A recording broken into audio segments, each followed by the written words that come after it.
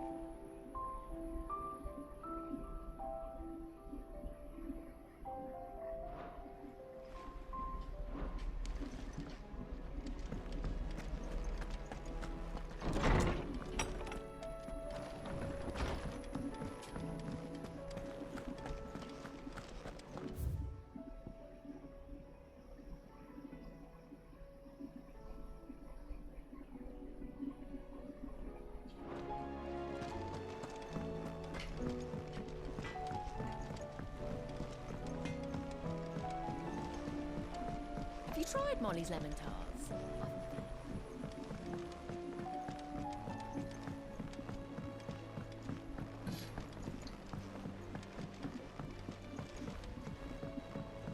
Canva lost. 下だったかな。 I'm sorry, but Miss, can we read Miss Editor's story for a lesson?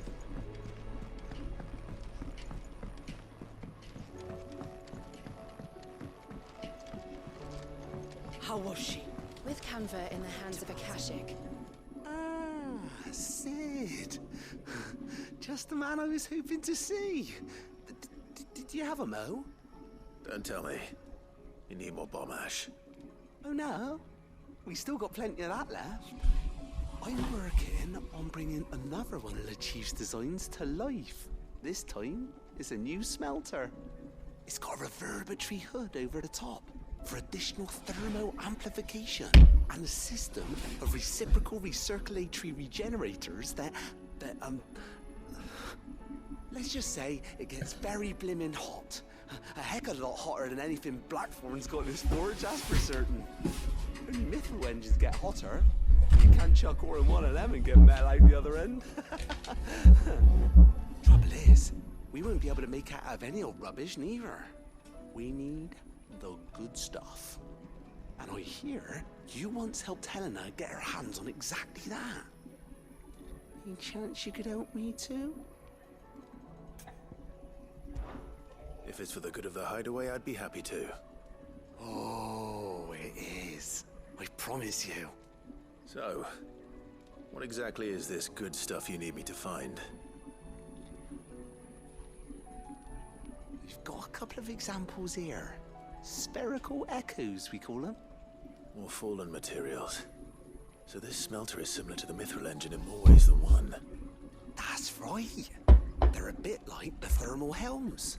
Fallen ceramics deal with heat like nothing else, see? And what's more, they're directional, transferring heat from the inside to the outside. But these things, they're all outside. If we line the hood with them, they'll reflect the heat right back into the furnace. We've collected as many as we can, and I know where we can get the rest. Trouble is, they're all watched over by their bigger, uglier cousins. So you want me to visit some ruins, destroy some echoes, and bring back the spheres they're guarding? That's it in a nutshell, yeah. We're only 3 short, mind, and we know exactly where they are. There's one up Amber Way, in that ruin that they call Lost Plume, and another in the Silent South, over in Dalmekia. Last one is in the ruins of Advent, which is in the Empire. All right then. Wish me luck. It'll do. I'll be keeping all my fingers and toes crossed.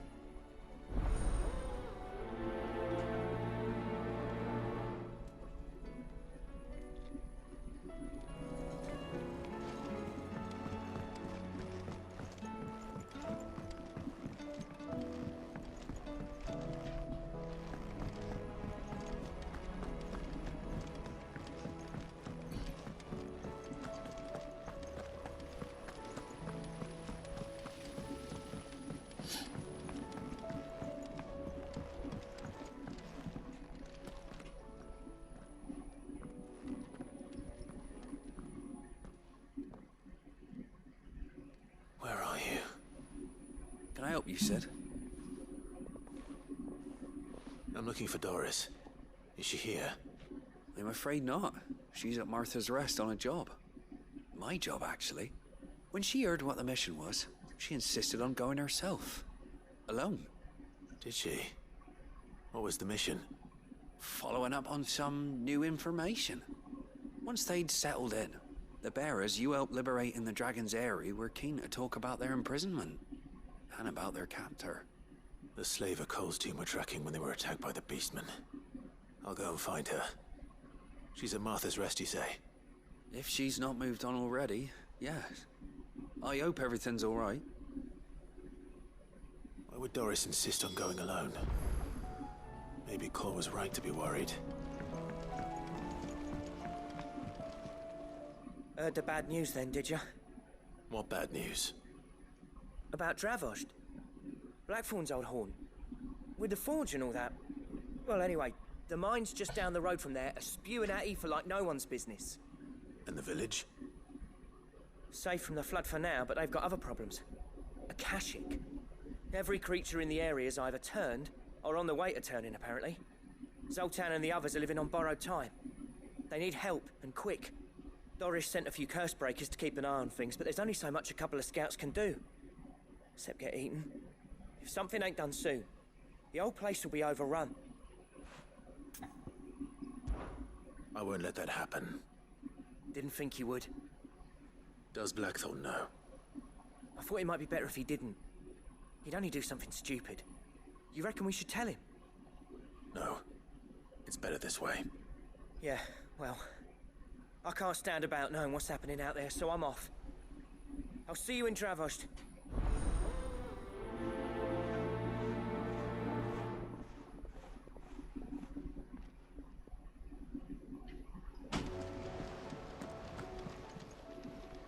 Fancy a look at the list, do you? Quick look.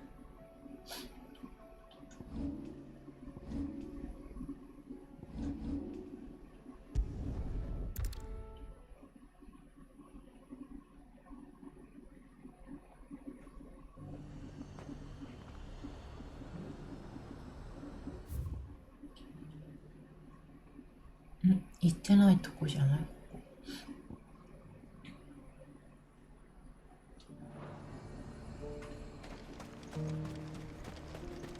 I got peppers to numb your tongue up. There were ghosts at the gates not days ago.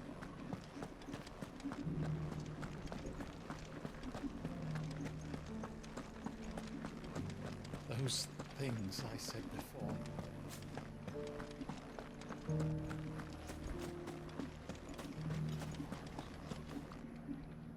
Oh, Clive. What am I to do? My wards and I may soon be without a home. What's happened? The High Cardinal has descended from his lofty throne and taken up residence here in Northreach. The High Cardinal? Leader of the Council of Elders, second only to his Radiance at the head of the Imperial government. Not that any of those things still exist.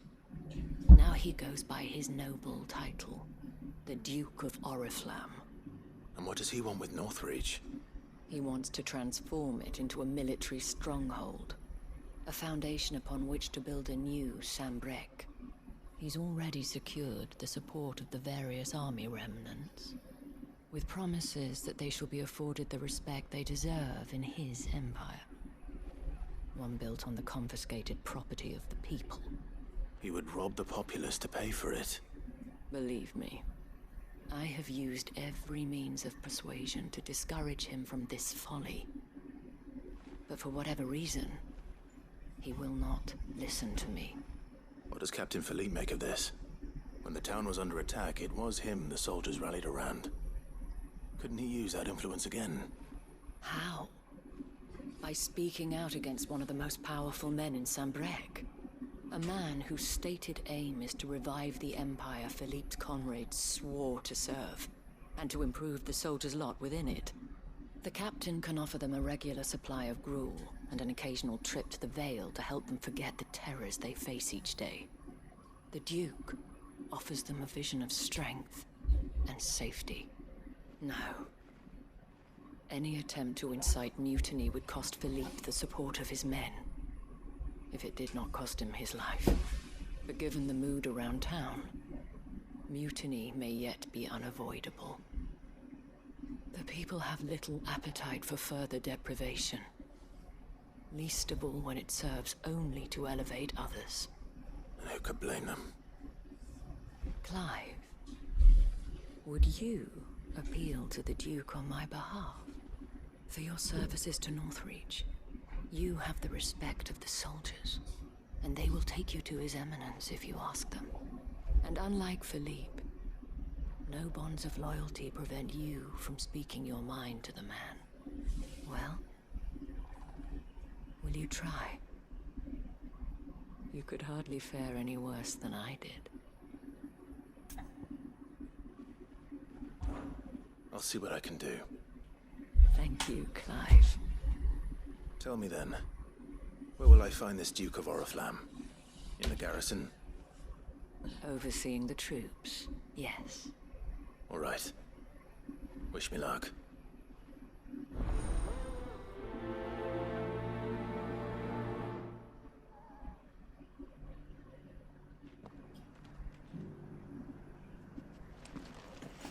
I may have met this Duke before, at the Remembrance Ceremony. Let's hope I didn't make a strong impression.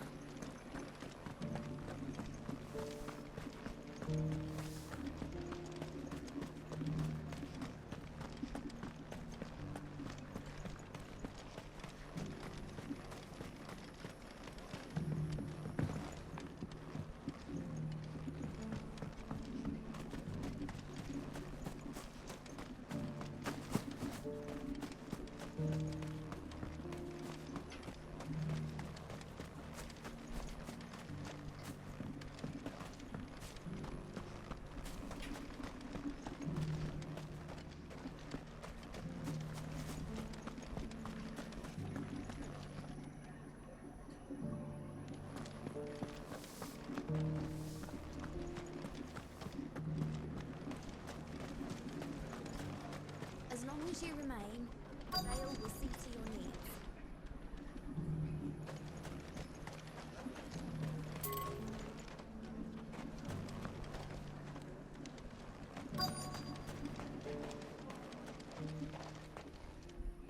Halt! Oh, sorry about that. You're the dame's man, aren't you? You got some business with the captain? No, actually. With the Duke. I was hoping I might be able to speak with him. We're under orders not to let any civilians pass. But you should be all right. His Eminence has heard all about you and your heroics. Wait here. I'll go and ask.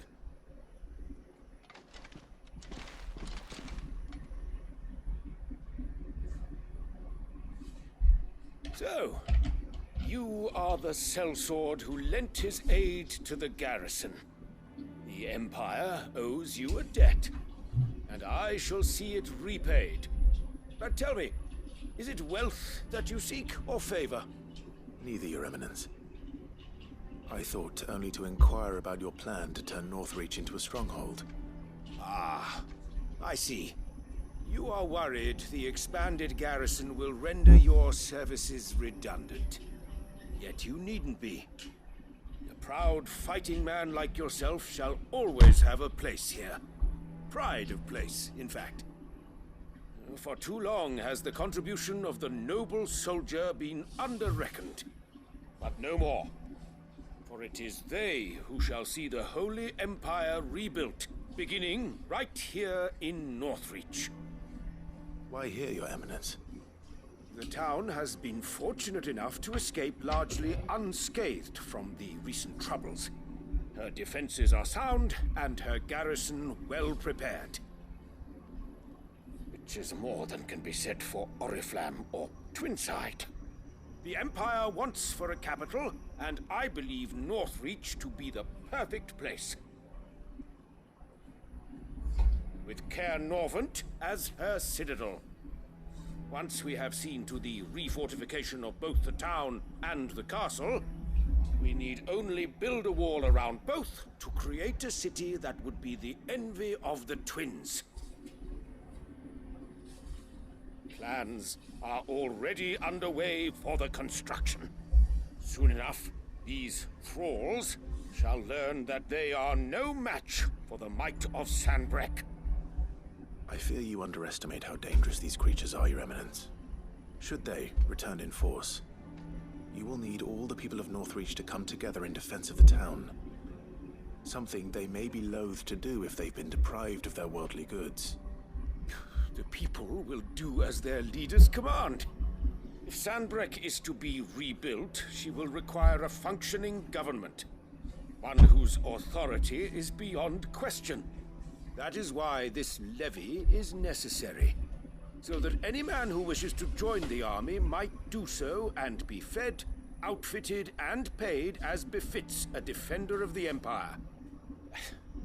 And yet there are those who persist in peddling the treasonous lie that I seek to steal from the people and drive them from their homes. I suspect they're afraid of losing what little they have left. Precisely. The common folk have little and less, and you mean to deprive them of even that. You would sow the seeds of your new empire in your own salted earth. Sabine, we have discussed this. Yes, and I told you then how putting the empire before her citizens would lead only to revolt. Without an empire, there are no citizens. And in yours, there will be only beggars. Is that what Griga wills for her people? Do not take her name in vain, Sabine. I'll come back later. The citizens revolt. I wonder what the people really think of the Duke's plan. It wouldn't hurt to ask them, I suppose. Let's begin with those on the other side of the wall.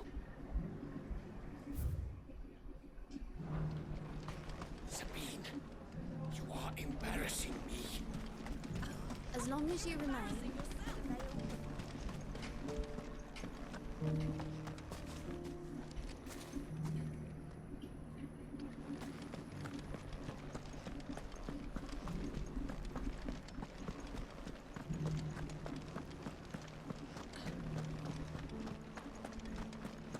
There were ghosts at the gates not days ago.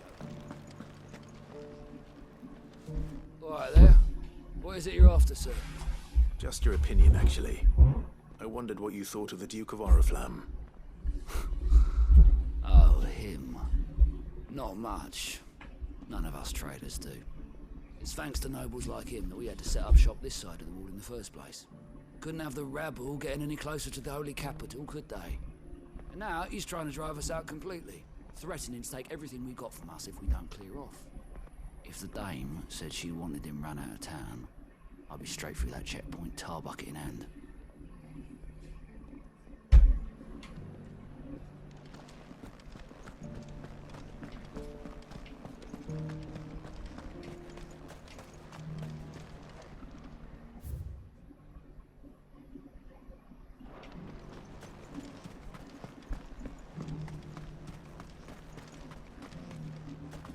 Why? Your stall is as right. I've been hearing a lot of talk about a certain Duke. Nothing good, I'll wager. Going around acting like he owns the place. And with hardly a word to the dame. This is her town, not his. I take it you'd rather she was in charge. As far as I'm concerned, she still is. Just need his eminence to sod off back to Oriflamme.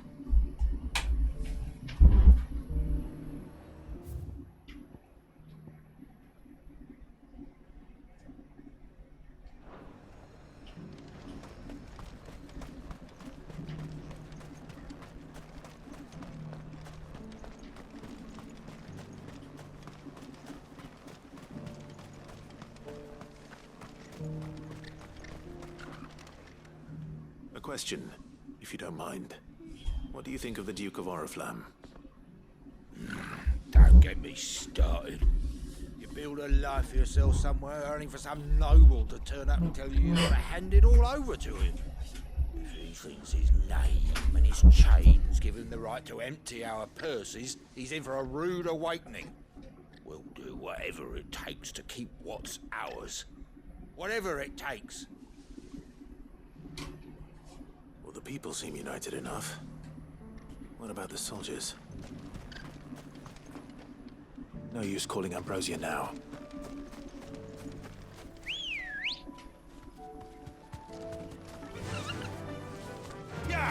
球体物を探しに行こう。 Time to fight.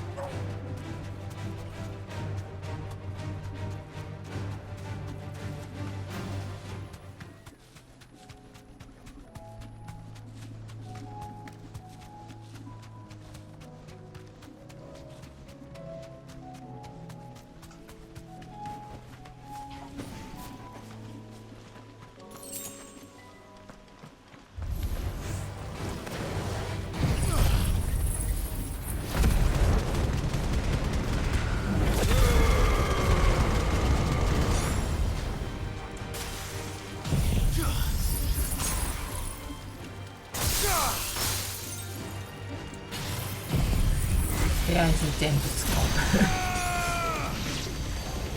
中メイクおおそっか自分で操作が必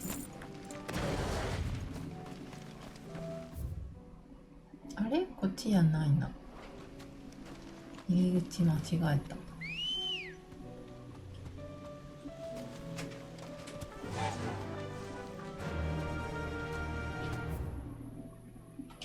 Fly, Ambrosia.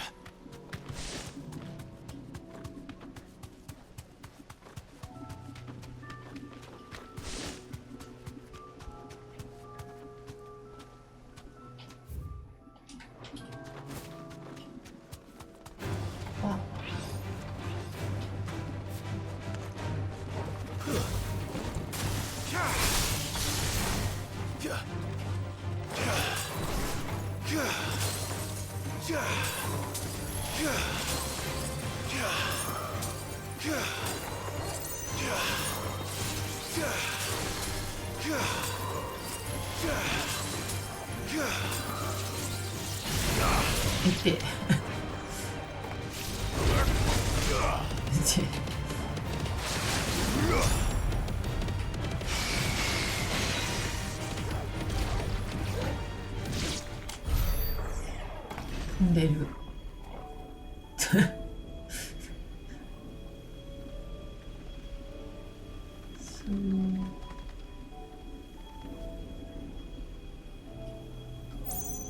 低空飛行してるメガフレアゼロ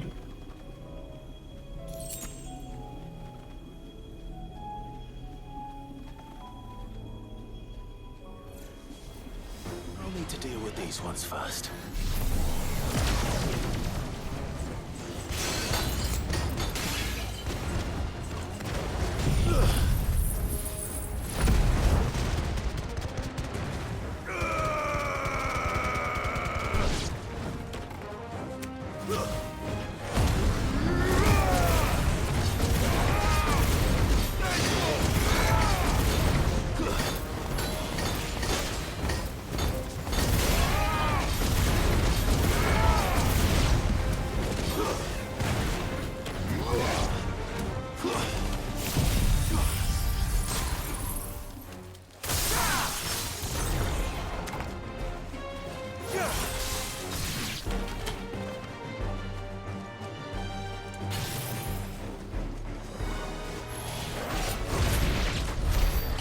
To find this spherical echo.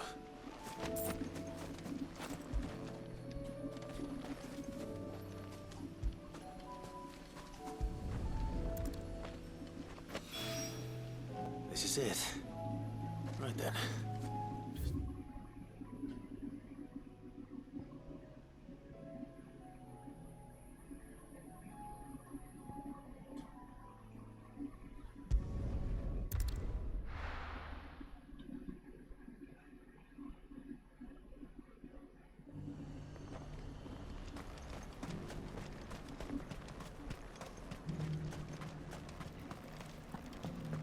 There were ghosts at the gates not days ago.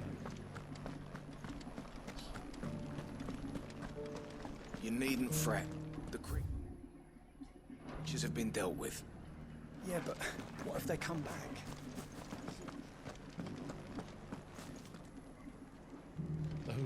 things I said before. So many were injured.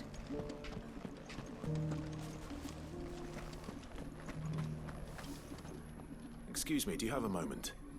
I wondered if you'd mind sharing your thoughts on the Duke of Oriflamme. Well, he's made a lot of enemies coming in the way he did. I mean, look around us. You can see the state the realm's in. The traders might not like having the screws put on them, but if they volunteered a few more of their hard-earned gil before things got bad, maybe they wouldn't have to. I think the Duke's got a point when he says rebuilding the Empire's the best way of making sure we're all protected. And if that means people who don't know one end of a sword from another have to make way for those who do, well, that's just how it goes.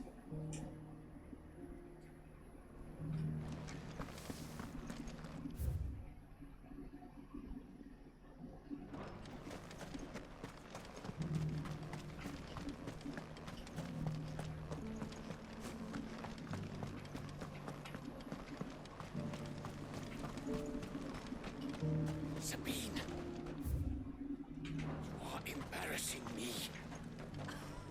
You're embarrassing yourself. I hear the Duke of Oriflamme plans to turn this town into some sort of fortress. Do you think that's a good idea? It's not for me to say. All I know is that unless the Emperor orders me otherwise, His Eminence's word is law. Look, no one likes all these taxes and tariffs, but empires don't come for free. Once Sanbreque is back on her feet, we'll all reap the benefits.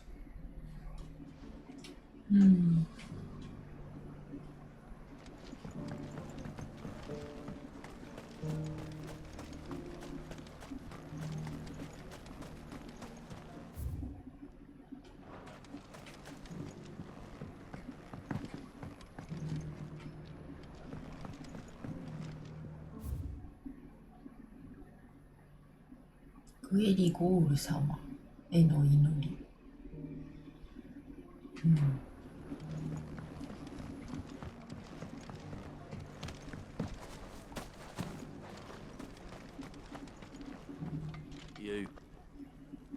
You're the one who was talking to His Eminence. On the Dame's behalf, yes. I was trying to persuade him not to take the people's goodwill for granted, but it seems my words fell on deaf ears. What do you think of his plans? I'm a soldier, mate. He tells me what to do, not the other way round. Listen, I've got nothing but respect for the Dame, but I've got a family to look after. That's where my loyalties lie, not with the town or the Empire, but with my wife and children. If the Duke can get us cement and the equipment we need to fight off those blue-skinned bastards, I don't care how he does it. Let's see what Philippe makes of all this.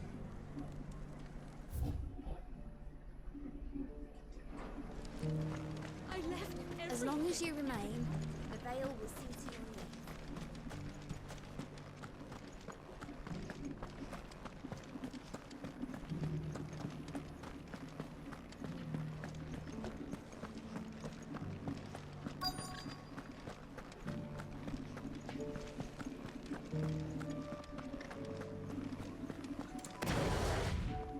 Captain, do you have a moment? For you? Certainly. Clive, wasn't it? Thank you for last time. How can I help you? I wanted to ask you about the Duke of Oriflamme. Do you intend to go along with his plan? But to tell you the truth, I'm in two minds. It's my sworn duty as a captain of the Imperial Army to obey his orders. But I can't say I agree with him. Philippe, I remember you saying that you became a soldier to protect the people you loved. The Dame included. That's right, I did. Well, she doesn't agree with the Duke's orders either. She thinks they could tear Northreach apart.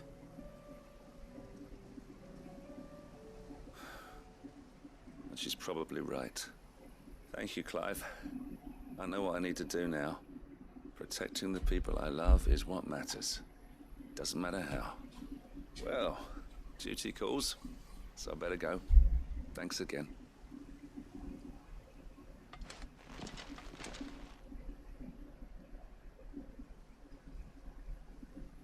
seems Philippe wants to do the right thing at least.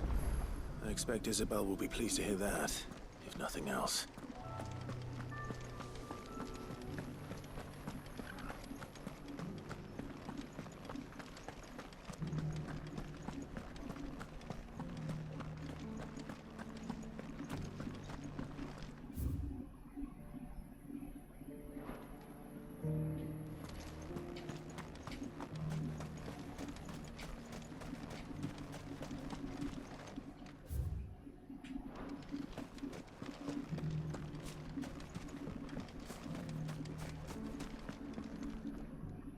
Clive, how did you fare? Were you able to speak with the Duke? I was, but...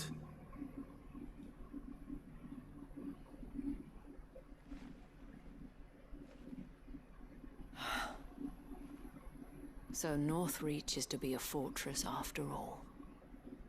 Well, it will certainly help to hold back the thralls. There's no denying that. Though I doubt it will come as much consolation to the townspeople whose worldly goods are confiscated to pay for it.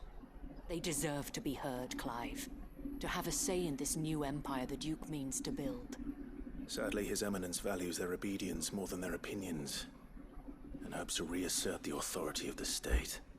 I fear he sees the people as mere pawns on his chessboard to be sacrificed for the greater good. Needless to say, they themselves are of a different opinion, and would rather their destinies were in your hands. The soldiers, meanwhile, are content to follow their orders. And not just because of the Duke's rank, but because of his vision. I thought as much. Had I sworn to protect Sanbreque, I dare say I too would want nothing more than to see it rise from the ashes. Thank you for trying. But the battle is lost. I don't know about that. What happened to your uniform? I handed it in, along with my resignation. Told the lads I wished them well, but that I owe it to those I love to call it a day. But why? Because I realize what really matters to me. Not following some nobleman's orders for the sake of it, but protecting what I care about. Protecting Northreach. I honestly don't know when those monsters will return, but I'm certain they're not finished with us yet. And when they do come back, we need to be ready for them. We need to stand together, all of us. And with you to lead us, milady, I reckon we can do it. It was you who finally convinced me, Clive.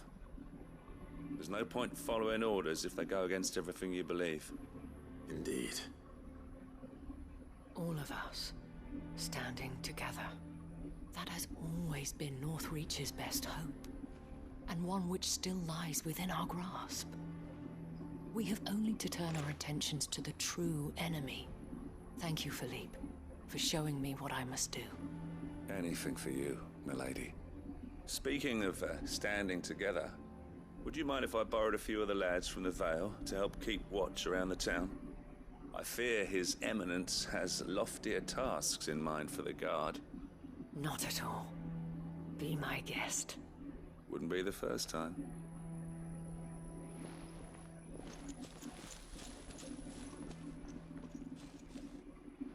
There may be hope for Northreach yet. Especially with men like you and Philippe to champion our cause.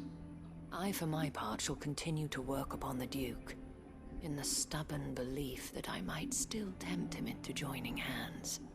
But I suspect I shall have to call upon your aid again. Until then, Clive. Until then.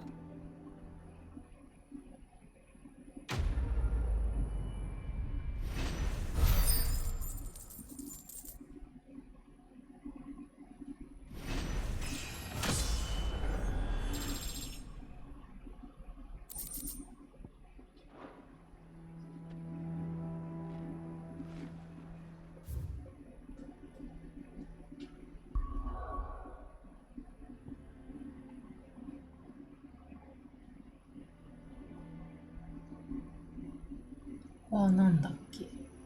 マナのやつか。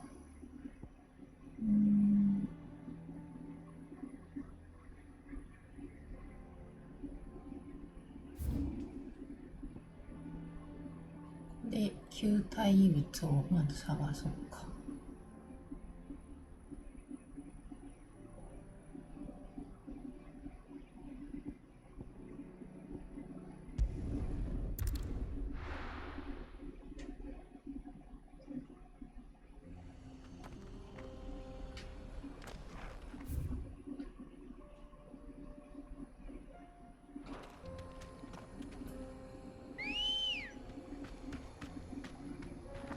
Come on.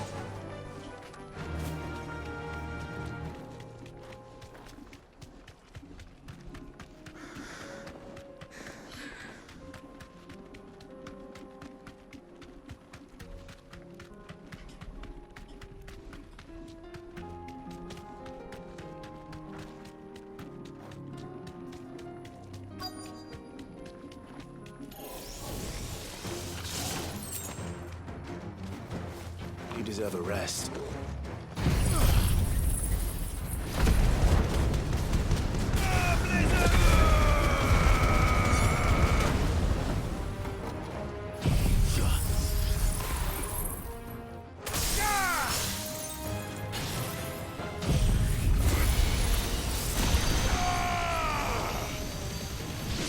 シバのやつはさ、結構近くにいないとダメなの。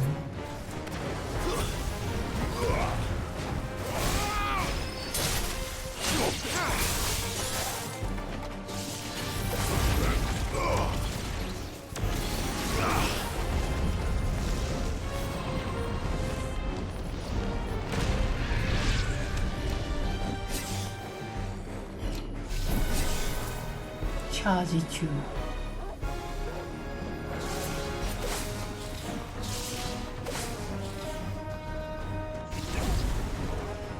3が最高かな。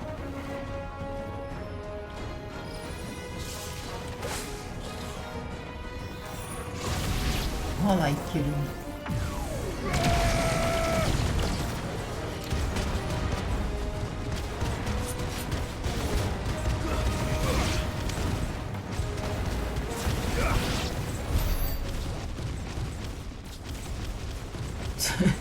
ずっと降ってきてる。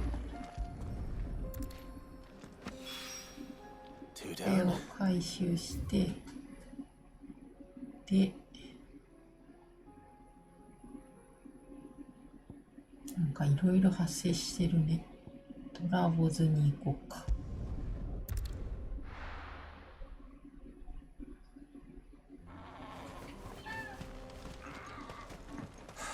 So Dravost is still standing. For now, at least.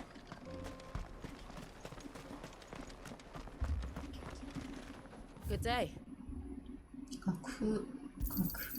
Here you are.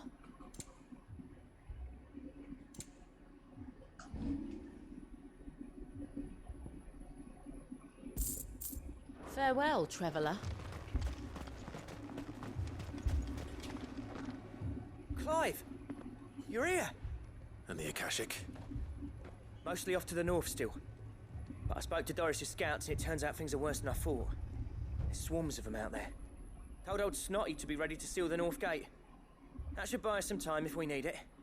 Enough for the villagers to barricade themselves inside their homes at least. Well done. Welcome back, Cid.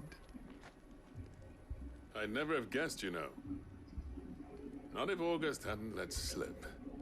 Who'd have thought that the savior of Dravost would turn out to be the realm's most infamous outlaw? Keen to help us out again? I am. Thought you could sneak off without me, did ya? Blackthorn. Oh, what are you doing here? One of the scouts couldn't keep his voice down. Unlike my best mate who didn't think I deserved to know. Zoltan, how long's it been? Long enough for us two to turn into a pair of old codgers, I see. Then your idea of an apology. Prick. Don't listen to him. You only did what you thought was best. For the village and that. I did, yeah. But that ain't the whole of it. Vulcan, our master, didn't leave the chiefdom to the two of us. He left it to me. The best blacksmith in Dravost, barring himself, of course. Bloody stupid tradition, in my opinion. If someone's got talent, you should let them practice their craft, not ask them to settle petty feuds and barter for grain. Our master wasted half his life that way. I wasn't about to let that happen to me. So you wasted half of mine instead. You're what Dravost needed. Under me and my precious ideals, this place wouldn't have lasted a year. So I left to devote myself to the work and spare you lot the consequences. I may be a selfish prick, but I only did what I felt I had to. What you had to do was your duty! Even if it meant we all starved? Enough. This is no time for bickering. You can finish beating each other up once Dravozd is safe. Fine. I've said my piece anyway. Yeah, so have I. Sorry, Clive. I shouldn't have stuck my nose in. We're short enough on time as it is. Still, give us a mo, would you? I need to get my head straight before any of them Akashic try to bite it off. 벽돌도 있고.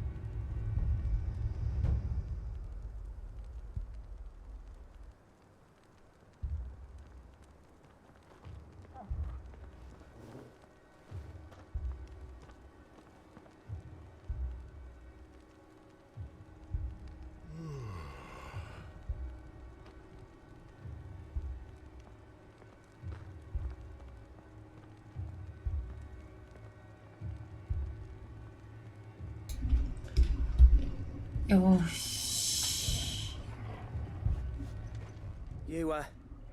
ready for the off then? We can't afford to waste any more time. Right you are. Might be worth having one last word with the scouts, though. Don't want any nasty surprises, do we? Oh, and Blackthorn, you and Zoltan might be better off staying inside the... Akashic on the move. How close are they? Within sight of the walls, and there are more coming up from the mines. What was I saying about nasty surprises? They'll wash right over us if we stay out in the open. We're pulling back behind the gates. Good idea. Get yourselves inside, but keep your weapons handy. Understood.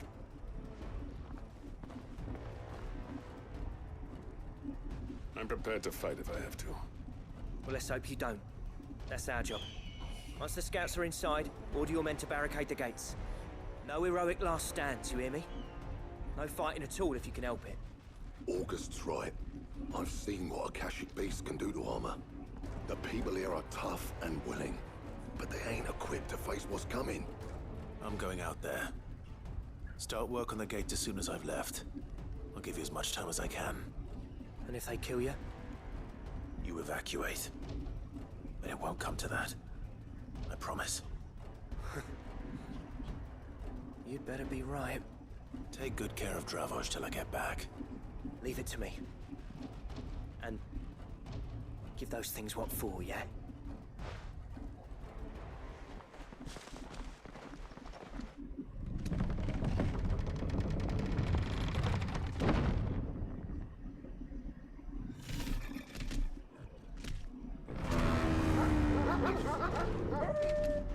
All right. Which one of you's first?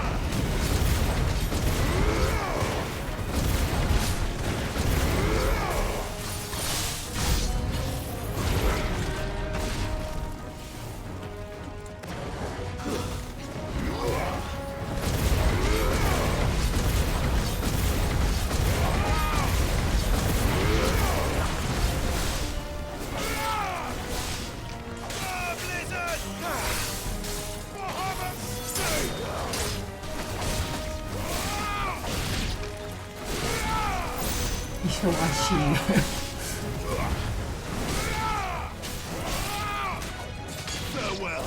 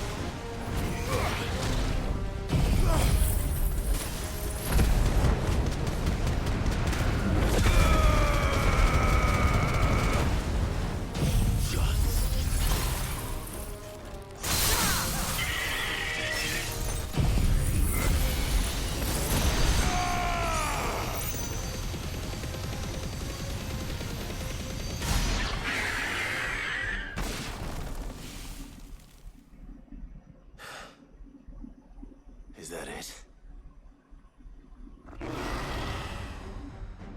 Apparently not.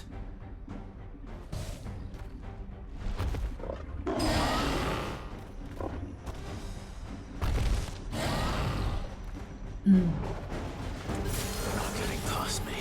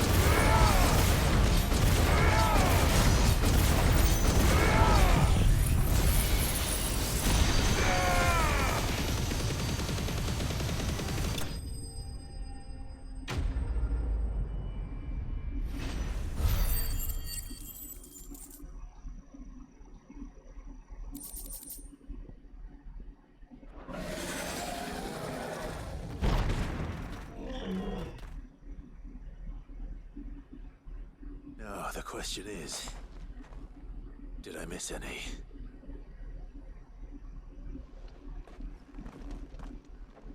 Man alive! You're still in one piece! I slew as many as I could.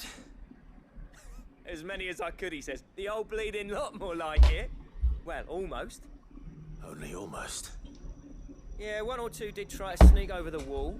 But we got the bastards, don't you worry. Good. Though you do know, more will come in time.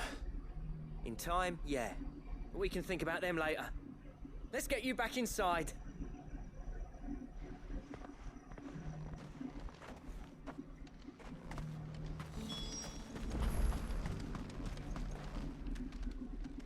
Cid!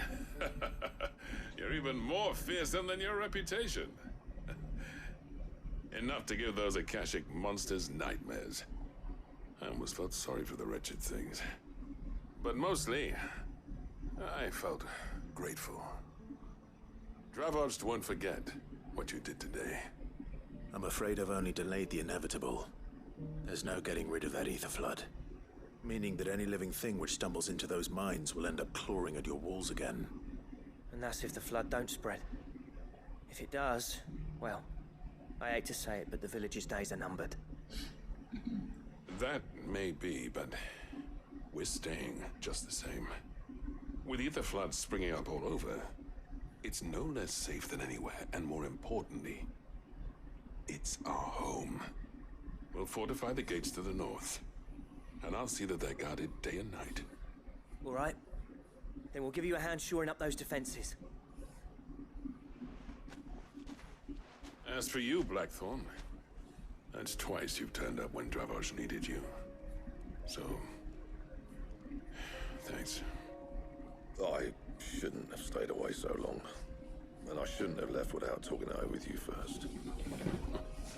Too many right, you shouldn't. Though I doubt I'd have listened.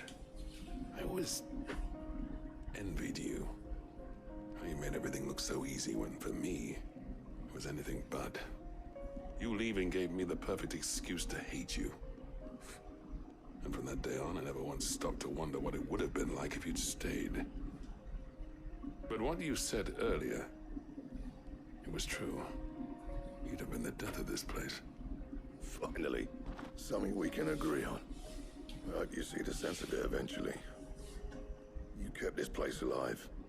Alive, perhaps. Wealthy even, but Dravoged isn't what it once was. Our work used to be the pride of Dhalmekia. Now, we churn out the same rubbish day after day because it's easy and turns a profit. It's not about the craft anymore. I wouldn't send my sons to war wearing the shit most of our smiths are making. I've kept working, honing my skills, trying to lead by example, but no one sees the point. The average castle apprentice has as much passion for the craft as our current lot. Come back to us, Blackthorn. Remind Dravoged what a true master blacksmith looks like. I'll even man those bellows of yours if it means we can work at the same forge again. That's a kind offer. Kinder than I deserve. And I wish I could accept, but I'm needed elsewhere. There's people who trust their lives to my steel, and I daren't let them down. Fair enough. But that doesn't mean I couldn't visit from time to time. Let's see if we can't rekindle this town's passion for the craft, shall we? I'd like that. Just be sure to tell Snotty to let me in the next time I come calling, yeah? Knowing him, he'd let you in anyway. Blackthorn. The Master Smith turned outlaw, back in my good graces. I never thought I'd see the day.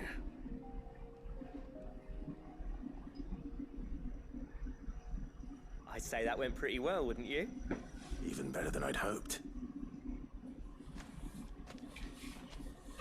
Cid, I've got something for you.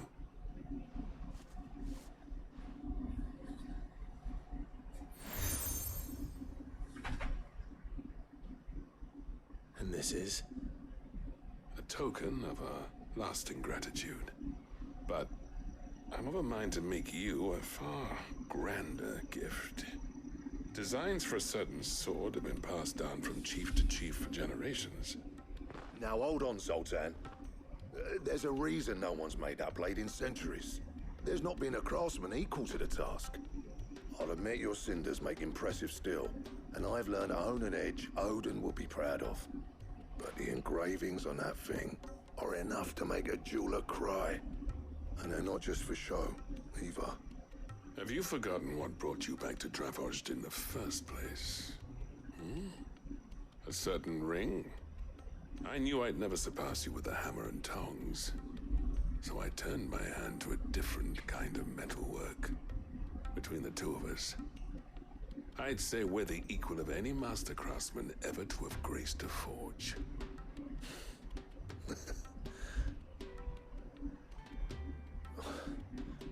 You know what? I think you might be right. Clive, you wouldn't mind if Zoltan came back to the Hideaway, would you? He's more than welcome. As long as he can keep our secret. Right. Zoltan, get your tools. We've got a legend to forge.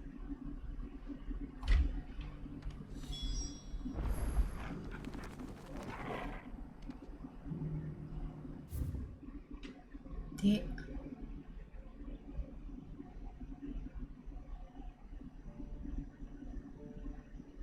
ちょっと一回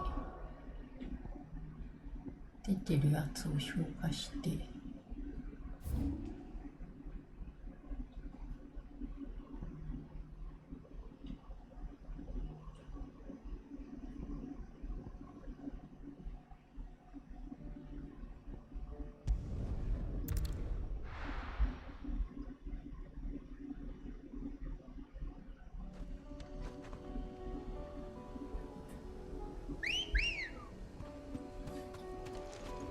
Come on.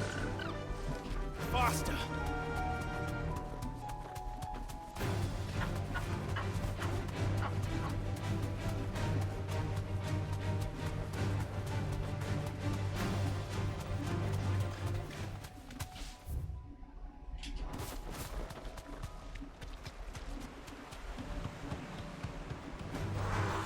Back to the stables, Carl.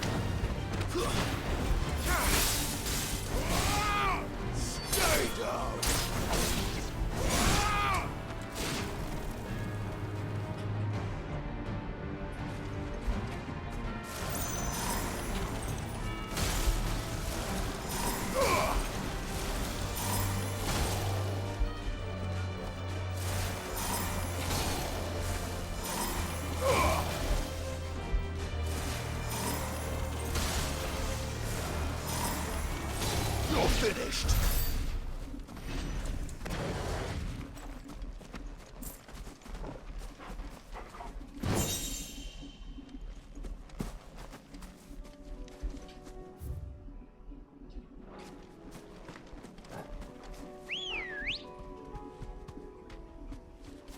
Let's go.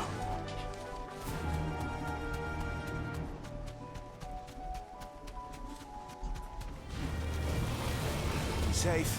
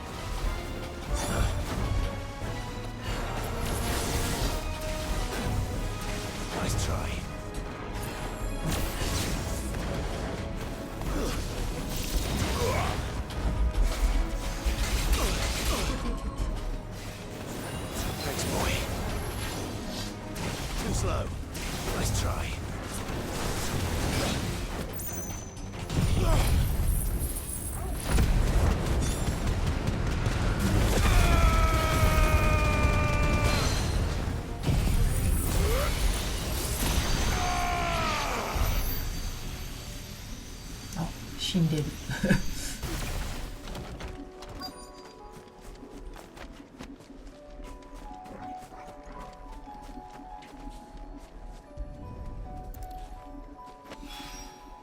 That's all of them. Owain can uncross his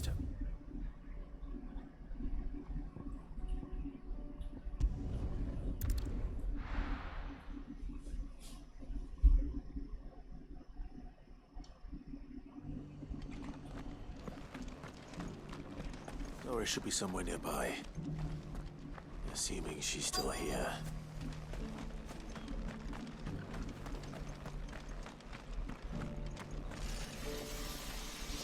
Want to know how to tell if the world's going to rack and ruin?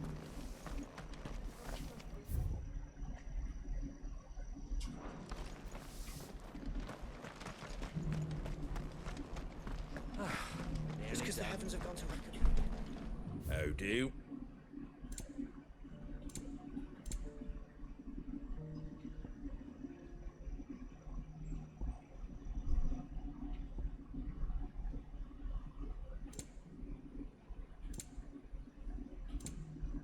Take care out there, eh? I've got greens of all shapes and sizes.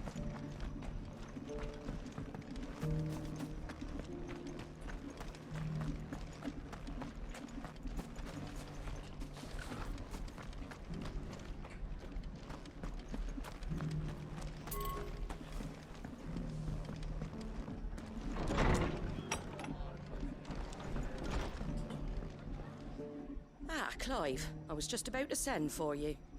I'd like you to take something to Sir Wade up in Eastpool. Seeds for planting. Thought it was about time they started growing their own food. I'll keep providing them with whatever they need in the meantime, of course.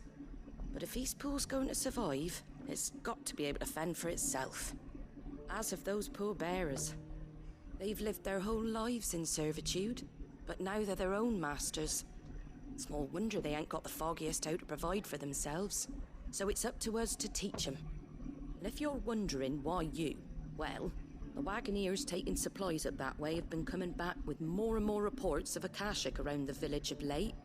Sir Wade's putting a brave face on it, but I think even he's starting to worry. And if he's likely to share those concerns with anyone, it's you. All right. Thanks. Wouldn't ask if I didn't have to. There.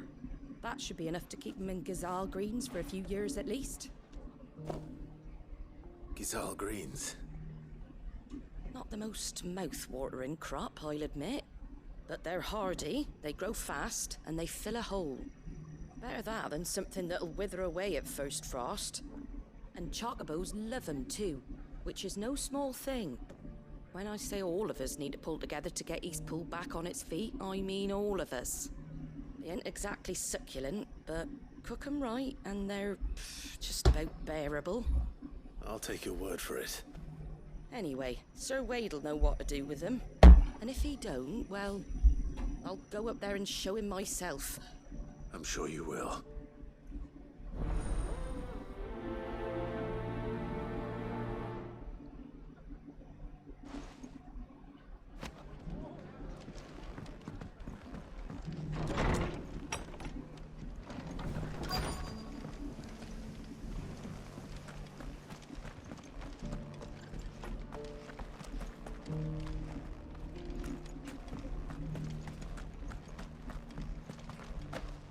It doesn't still hurt, does it? Oh, It's been a pleasure, Doris. Just like old times. I'll give your offer some thought, my lady. How goes the investigation? Sid, what brings you to Martha's Rest? You.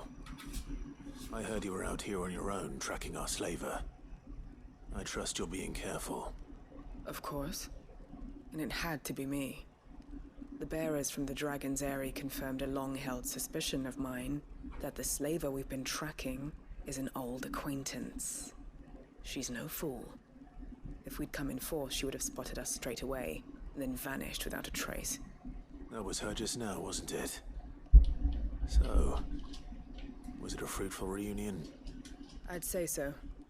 She tried to recruit me. Seems her time in Rosaria is coming to an end. She's abducted bearers from across the region and is looking to smuggle them back into Sambrec.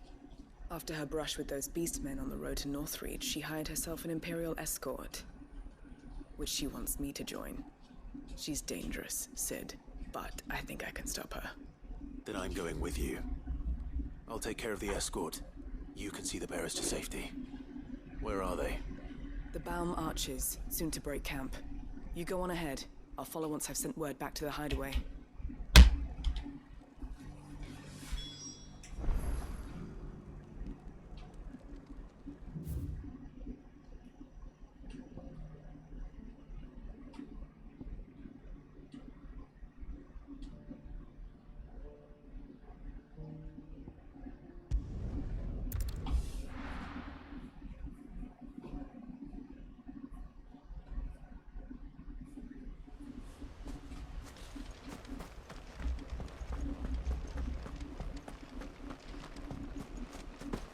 The Guardian saying we're supposed to grow our own food.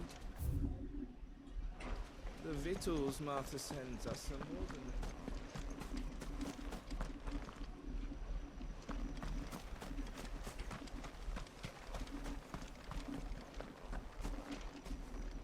These bearers listen to instructions well enough, but leave them to their own devices and they hardly lift a finger.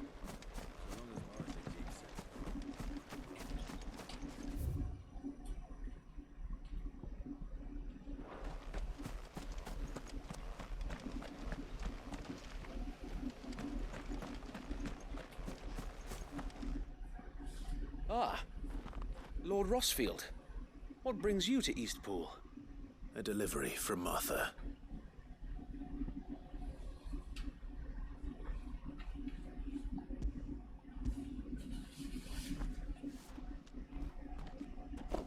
These are Gazal green seeds. Martha's keen to cut the apron strings then, is she? I jest, of course. You see, I had thought we might be able to revive the old wheat fields, but they'd long since gone to seed, only without the seeds. Martha was hoping he might be able to show the bearers how to plant and tend these, so that they'll be able to fend for themselves. That's not a bad idea. These bearers had only recently escaped their bonds before we brought them here. They know little of freedom, of providing for themselves and their loved ones. Unless we teach them how to live like free men, I fear that all we have achieved in bringing them here is to exchange one master for another. Not that myself and the Guardians have been the best example to them so far, subsisting almost entirely on Martha's charity as we do. It's about time we all started to provide for ourselves, bearers and Guardians alike. Unfortunately, we've been a little too busy of late to focus on much besides bolstering our defenses. There have been alarming reports of... The Horde is closing in. They're coming, Sir Wade, all of them. Damn it all, I thought we'd have more time. Gather the men in the square. Send to the rest for reinforcements. Yes, Sir Wade. The Horde. A Kashek, a veritable legion of them. They've been seen prowling around the northern reaches for a while now. We don't have the numbers to hold back a swarm that size. I had hoped to build a perimeter wall so that myself and the Guardians might be able to defend the village, but... Now you're out of time. Precisely. If reinforcements from the rest arrive before they do, we may just scrape through, but I fear that's rather an enormous if. What if you could call on reinforcements from Eastpool? You mean the bearers? We brought them here so they might live, not die fighting for their lives. So wait. You said you lack men to defend the village. Are the bearers not men? Do they not wish to see Eastpool saved? Though they may not be trained soldiers like your Guardians. What help they are able to offer could still prove the difference between victory and defeat. You're right, my lord. I will appeal to them.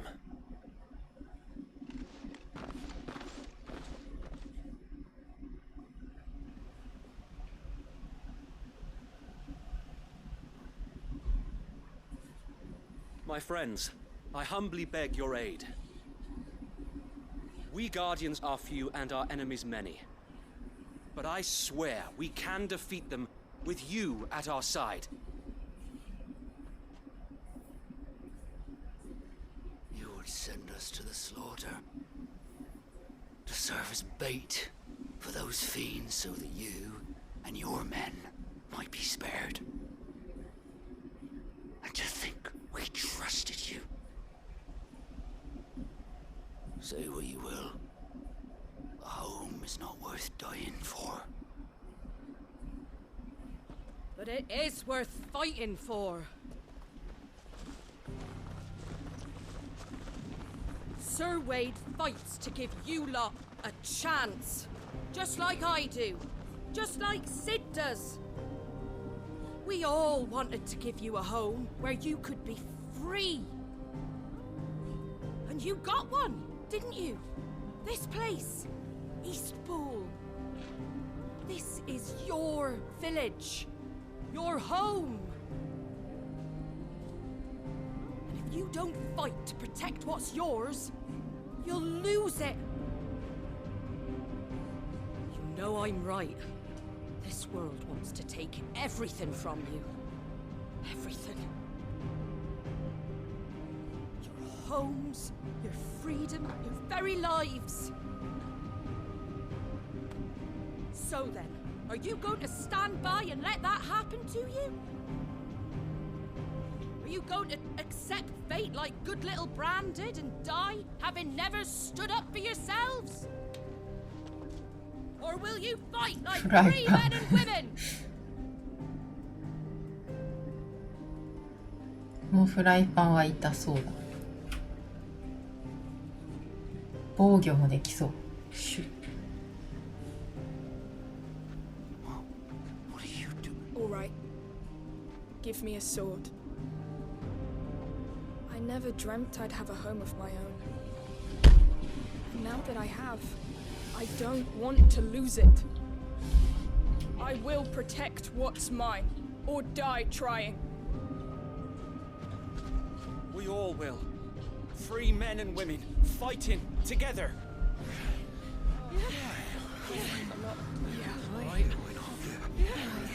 For Eastpool! For Eastpool!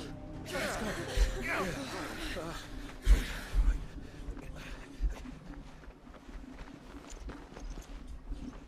Thank you, Martha. Don't mention it. Just promise me one thing. That you'll show them how freeborn fight. Gladly.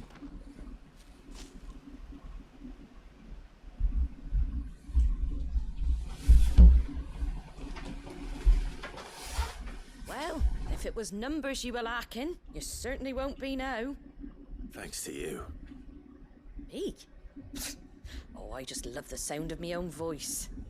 Lord Rossfield, my lady, we're ready. So what's the plan of action? We'll divide our forces into several small detachments, each made up of guardians, bearers, and guards from the rest. These will position themselves at strategic points around the village. Upon engaging with the Akashic, each detachment will keep the creatures occupied as best they can, steadily retreating all the while. You're going to lure them into the village? I am. We will have neither the time nor the resources to treat the wounded, so injuries must be avoided at all costs. Instead, we will focus purely on defense at first. By coordinating our withdrawal through the use of messengers drawn from among the bearers, we will aim to have the swarm converge at a point of our choosing. With luck, that point will be the village square, the perfect place for our most able warriors to surround them and fall upon them, and for you and I to finish them off. A sound plan, but one that'll require a leader with a cool head and strong nerves to coordinate the retreat. I'd say you have both in abundance, Sir Wade, but you'll be needed. Please, leave the last of the fighting to me. Ha! And let you have all the glory. Sir Wade! They're here!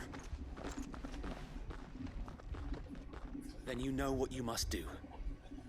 We work together, everyone playing their part, each shielding the other that no man might fall, that Eastpool might live on.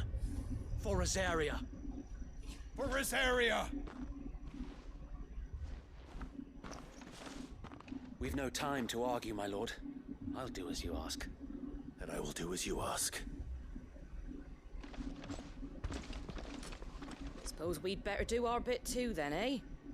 Right you are, Martha.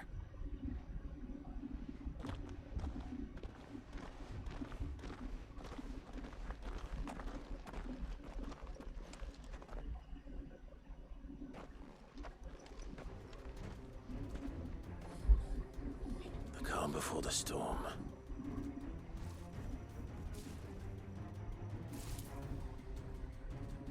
And here it comes. I will not let this village fall.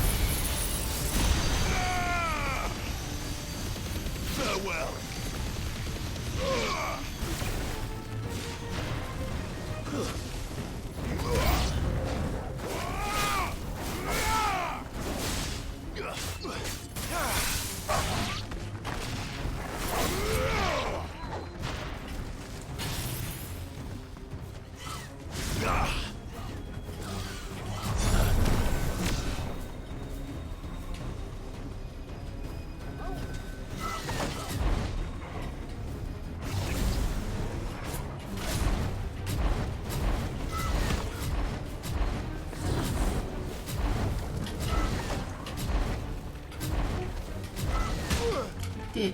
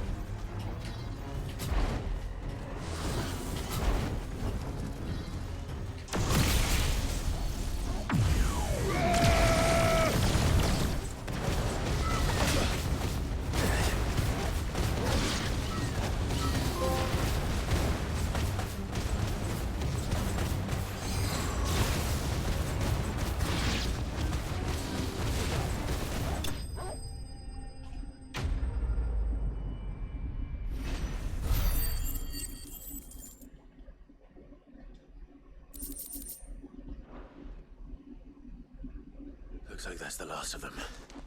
Lord Rushfield! Change of plan! What is it? Owl from the rest. An Akashic Curl's been sighted on Rhiannon's Ride and is headed in their direction. Well, the better half of her guard is here. So wait, how many Akashic remain in Eastpool? Hard to say. My men are still facing some resistance, but I think the worst is behind us. I could order a detachment or two to fall back and... No. Let them finish the job. You stay here too, Sir Wade. Your men need you. I'll go after the Curl. Join me only when Eastpool is won. If you're sure, my lord. May the Founder protect you.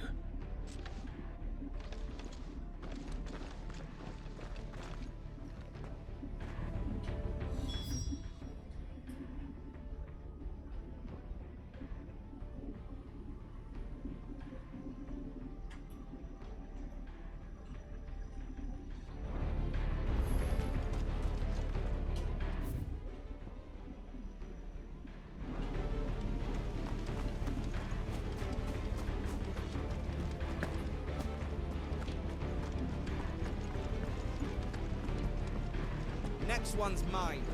I might not know why.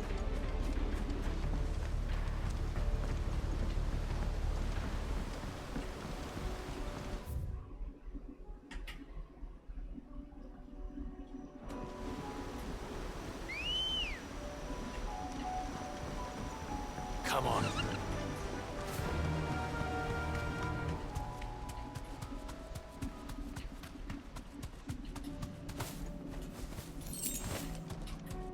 You deserve a rest.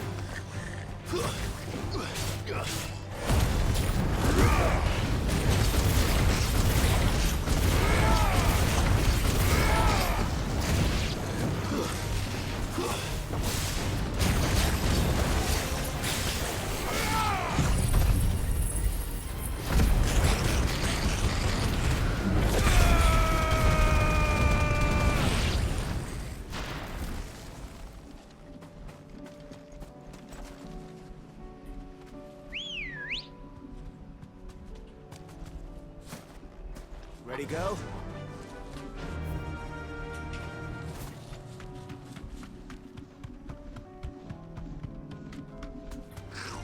All right. Be safe.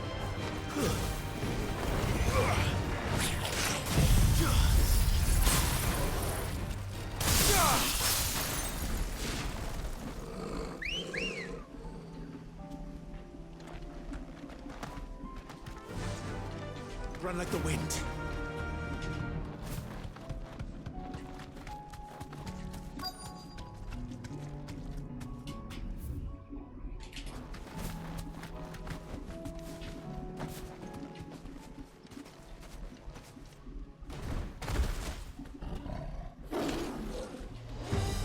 There it is.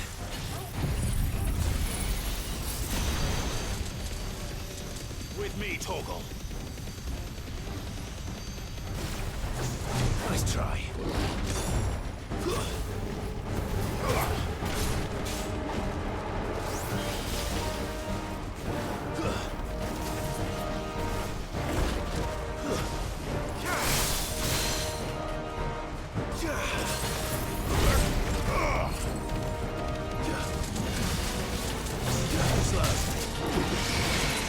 Fire and flame!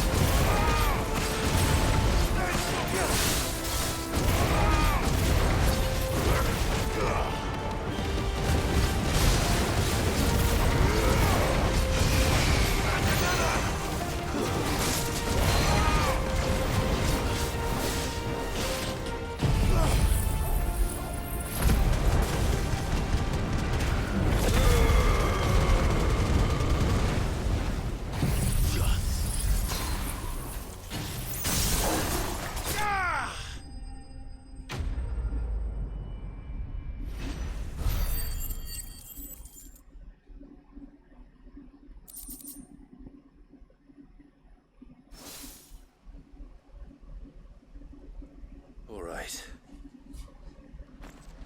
back to Eastpool.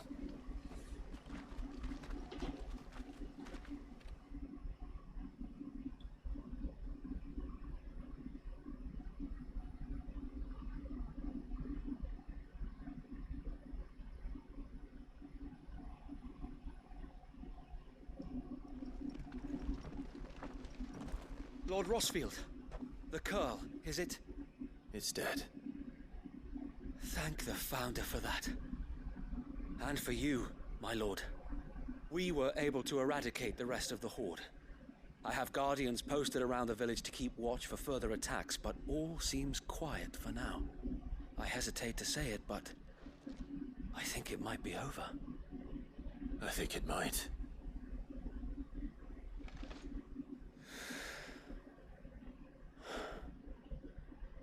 We did it.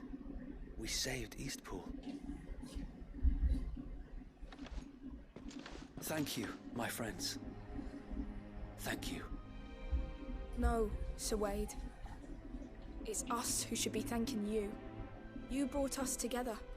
Showed us what it means to fight for what you hold dear. We never had nothing to call our own before. We didn't know what it meant to protect it, but now we do. We really do. Forgive us, Sir Wade. You and your people saved us, and still we doubted you. But there's no doubt in my mind anymore. We're free men now, so we have to start acting like it. We have to fight to protect what's ours, to protect Eastpool. And we shall. We all shall. Together. This is our home. And if anyone or anything tries to take it away, they'll have us to answer to. Come on then. Let's get to work. This village isn't gonna rebuild itself.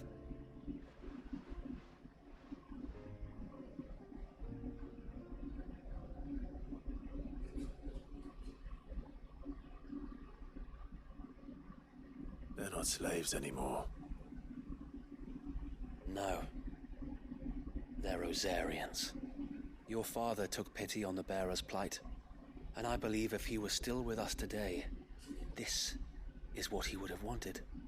I believe you might be right. I shall remain here, my lord, and do what I can to help rebuild the village. After all, this is my home now too, and I could hardly call myself an Eastpoolian if I didn't pull my weight. I think you'll find it's Eastpudlian, Sir Wade. But you should be proud all the same. I'll have to pull my weight too. Can't have the rest getting outclassed. Speaking of which, I ought to be getting back. Can we continue to count on your support, Martha? Of course, and I'll be counting on yours too. Us Rosarians have got to stick together, haven't we? Indeed we have. And Clive, come by the Golden Stables when you get the chance. I ain't paid you for delivering them seeds yet. All right. I will.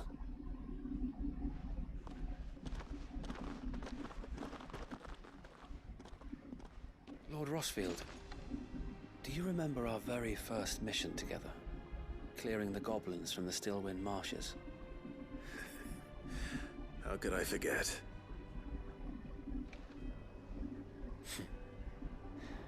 There's one side that I shall never forget. You, facing off against that giant Morble. Not a trace of fear on your face. Since that day, there have been more than a few times when I felt like giving up.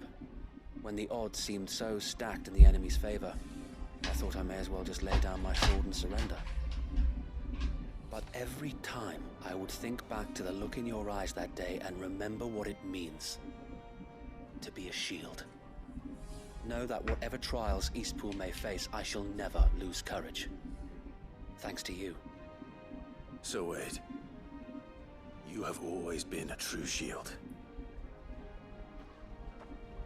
I know that Eastpool, and indeed all of Rosaria, will be safe in your hands. Thank you, my lord. I know the rest of the world will be safe in yours. I'll do my best.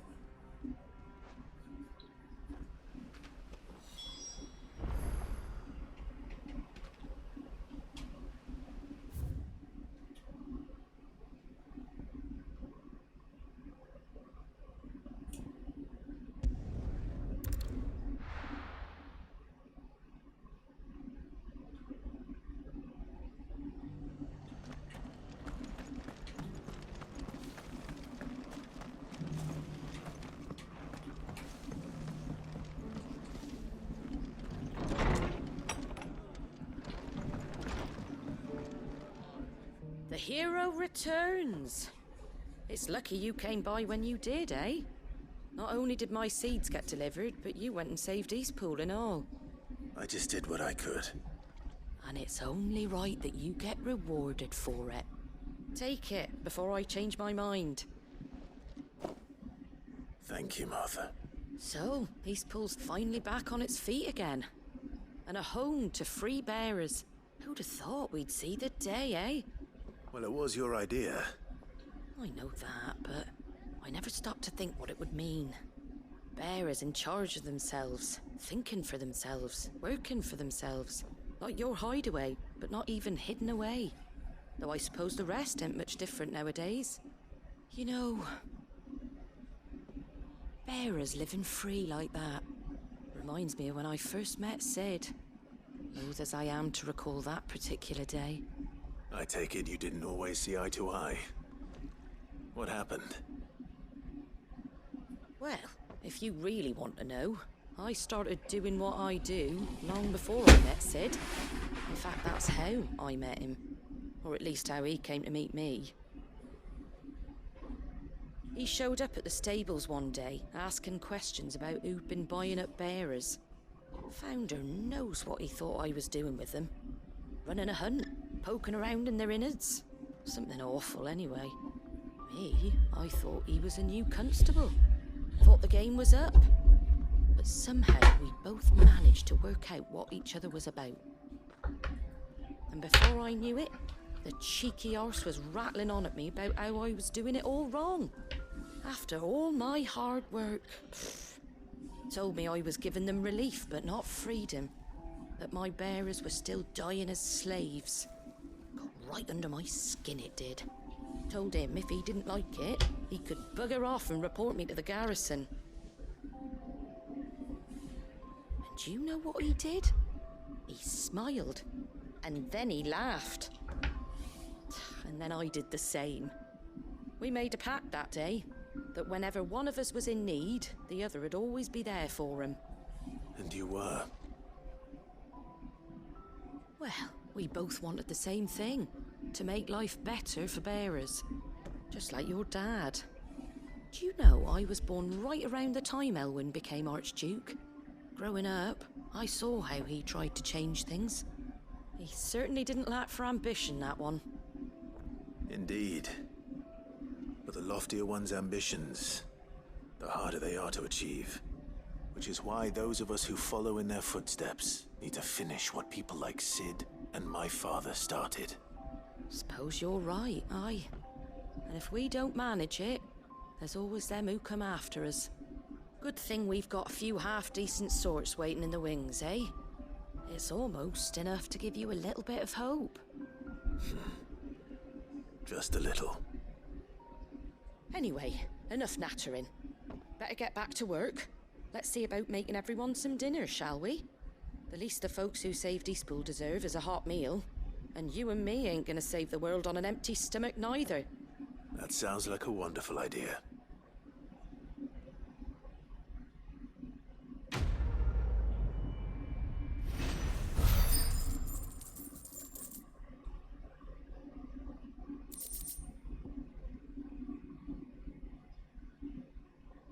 Oh, これも思い出の品じゃん。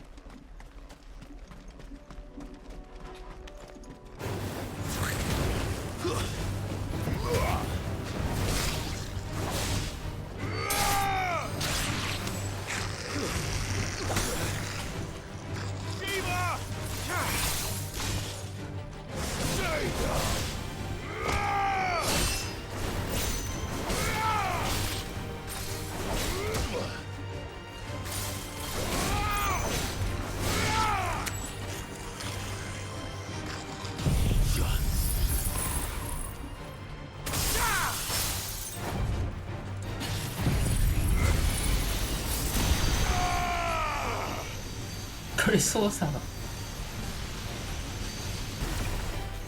難しい。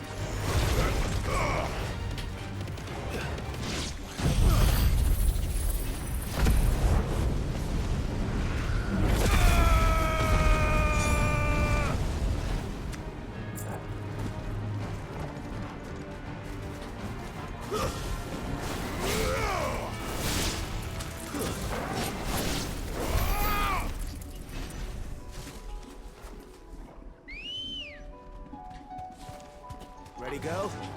Run like the wind.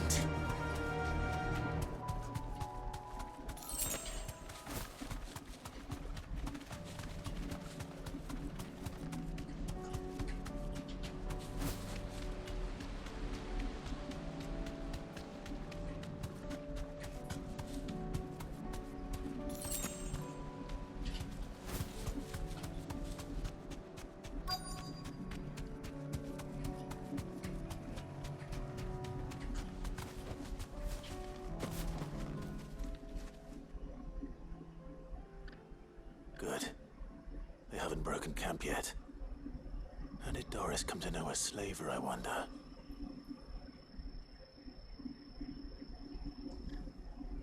We've waited long enough. She's not coming. Ready the bearers. We're leaving. Back to civilization, is it, Mom? With all haste, lest any of you lackwits start talking like these feckless bumpkins. I presume your men are ready. We've suffered too many delays as it is. Any more and I'll be docking your pay. Yes, Mom. Oh, but before you go, it appears we have company. Kill him. You're welcome to try.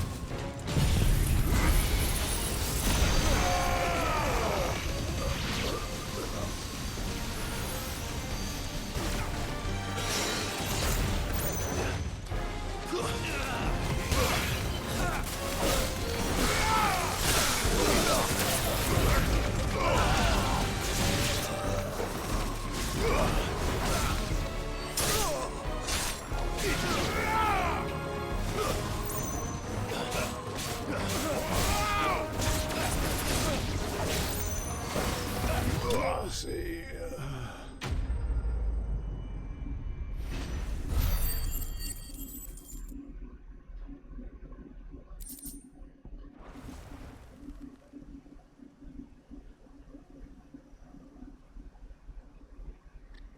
So much for your escort. You'll forgive me for not avenging my men. I'm not the swordswoman I used to be. I surrender. Do with me as you wish, Cid the Outlaw. Cid. Ah, Doris. I take it you're not here to rescue me from our brooding renegade? You know, I always wondered where you'd vanished to. But casting your lot with this criminal of all people. Better fighting for a cause than killing for coin. I'm sorry, Cid. I should have told you sooner. This woman, my former master, once trained bearer children to be weapons in service of the highest bidder. She raised me like a daughter, and I did terrible things to earn her favor.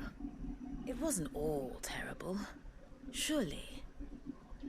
We had our fun, too. You were always so eager to learn, and had such clever hands. All my other children took either to the blade or to the books. Always either or. But you proved yourself a master of both. That's why I kept you for my own.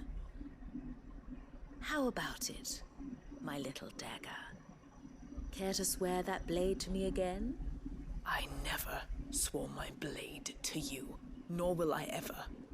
I fight for a higher cause, to liberate the bearers of this world. Farewell, Master. Thank you for making me the weapon I am. You always were a righteous child. Perhaps that's the reason I loved you so.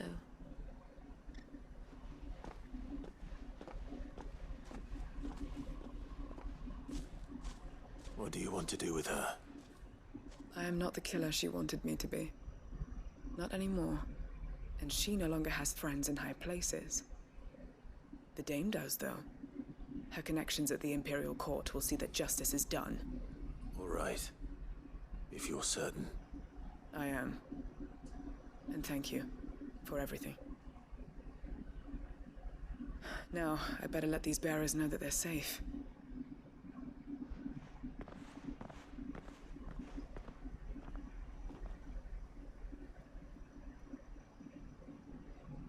And I should head back to the hideaway and put Cole's mind at ease.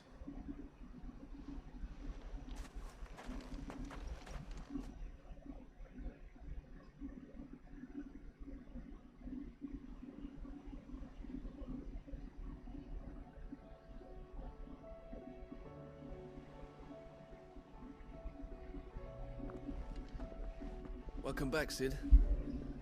Doris's message just arrived. I hear you saved more bearers from being smuggled across the border. With any luck, they'll be joining us in the hideaway shortly. Oh, and your letter. You don't need to worry about Doris anymore. I'd been hoping as much. She mentioned one or two things in her report. So the slaver we'd been chasing all these months was her former master. Wish I'd known. She's been arrested, by the way, over in Sanbreque. Went quietly, or so we're told. She won't be getting off lightly. The Empire may have no love for bearers, but it's none too fond of black market traders either. Can't have been easy for Doris. I'm sure it wasn't. But don't worry. She'll be all right. Hope so. Suppose you should know, eh? You had quite the past yourself before you came here, or so I understand. Anyway, thanks again, Cid. The Cursebreakers would be lost without Doris. And you, of course. Keep up the good work, Cole.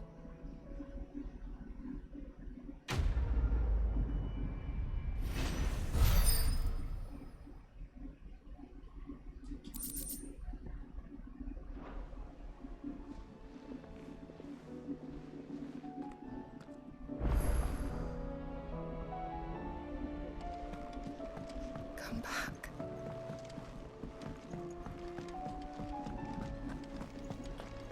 Don't tell me we've run out of Papillon.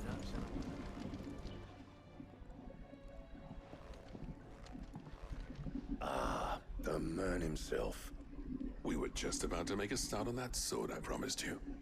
It's funny, but none of this would have been possible without your help.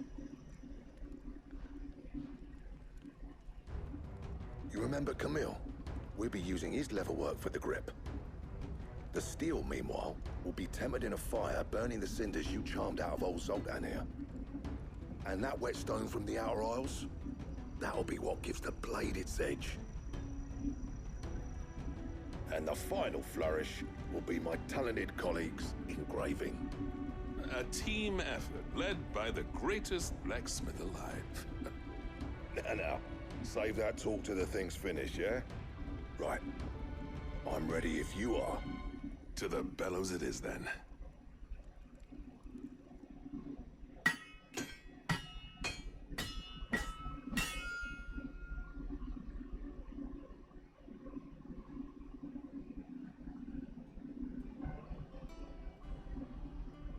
Well, bugger me.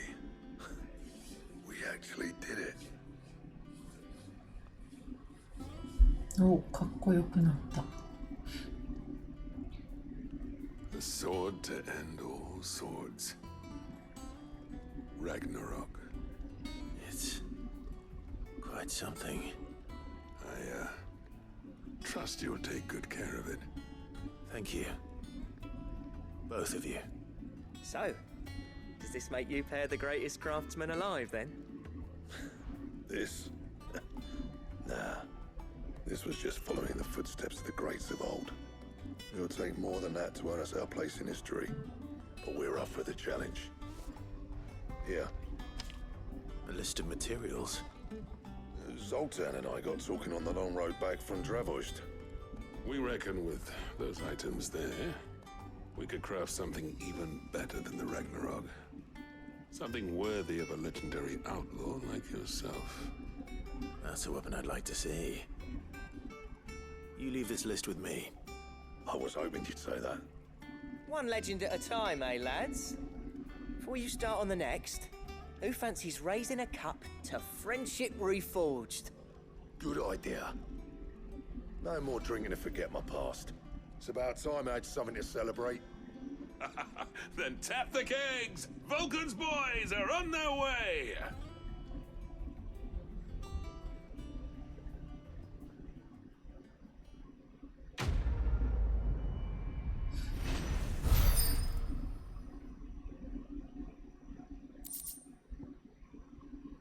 고타메르.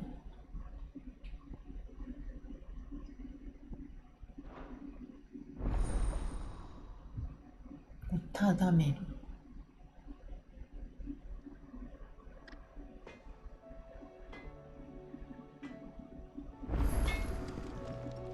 Trouble with your gear, or...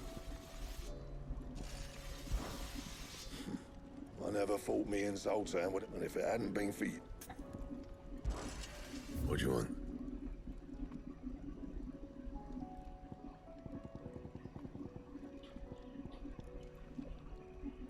우리 아르코.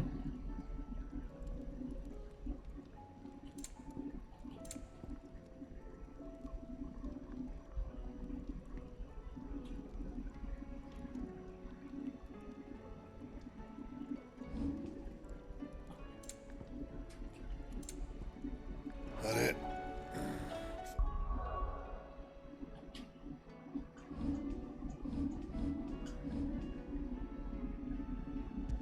이거 라그나로크にして。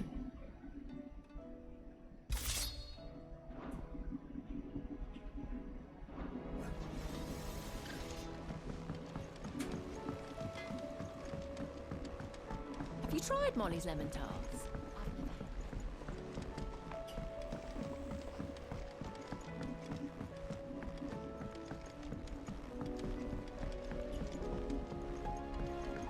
Canva lost? It can't be true. Miss, can we read Miss Editor's story for a lesson?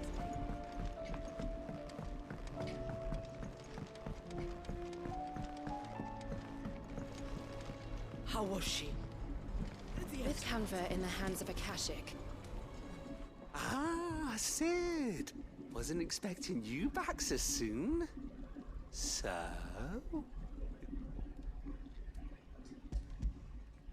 Good, thankfully. Here. Ah, that's brilliant! Thanks a blimmin' million! I'll fit 'em to the smelter right away!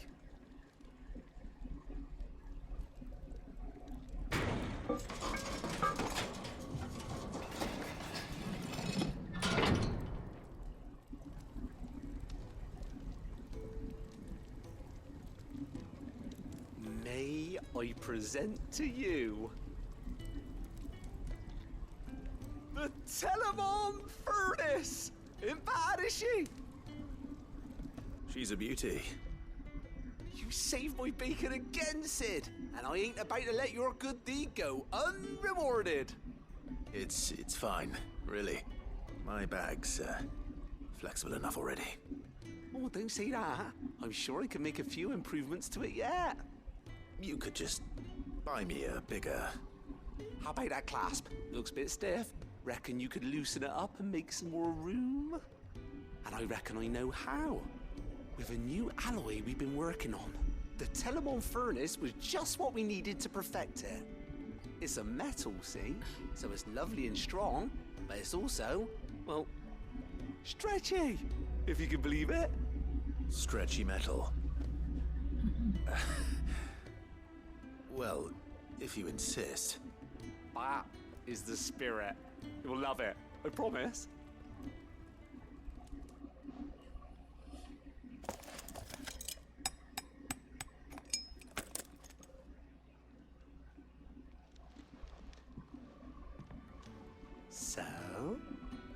What do you reckon?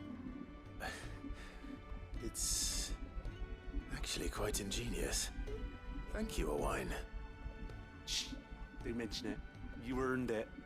And I wanted to get some practice in using that metal anyway. Reckon we'll have all kinds of uses for it around the hideaway. Can't think of any right now, but that's our job, innit? Dreaming up new ways to make life easier around here.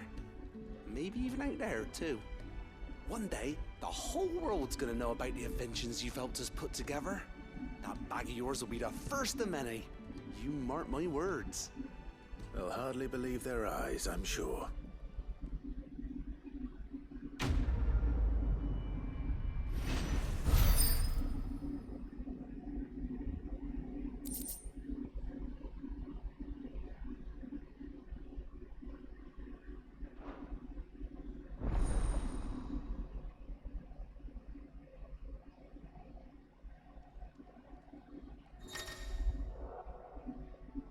오, 후회했다.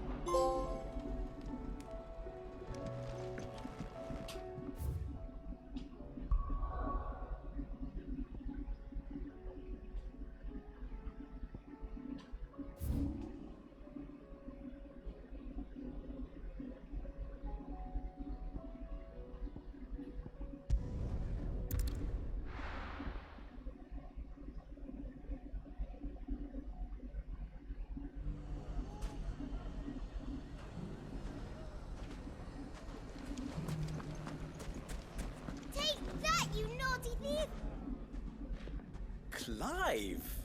To what do I owe the pleasure? I just wanted to see how the town's been faring since you brought everyone together. Since we brought everyone together, all is absolutely wonderful. Conrad and Natalie's hands remain safely away from each other's throats and firmly at the helm. Our stores are full, and the bandits still too disorganized to raid them. Just as the good Lady Jane and Lord Underhill intended. Are you a lord? Lubor's going to be one too. They're going to make him the Lord of Dalimil, because of how he stopped all the grown-ups from fighting. It's the mayor of Dalimil, dear child, and the vote hasn't taken place just yet. But if the people wish me to lead them, I shall. And my first act will be to build a school so that menaces like you two learn not to interrupt your elders. Speaking of menaces, there may be a rather worrying one just over the horizon. May there indeed. I'm afraid the example Conrad and Natalie set in putting aside their differences and presenting a united front might have caught the bandits' attention. And they might have elected to take a similar approach. They have formed what one could call a League of Outlaws, and they grow more organized by the day. We'll fight them all off just like last time, no matter how many of them there are. Won't we, Lubor? Of course we will.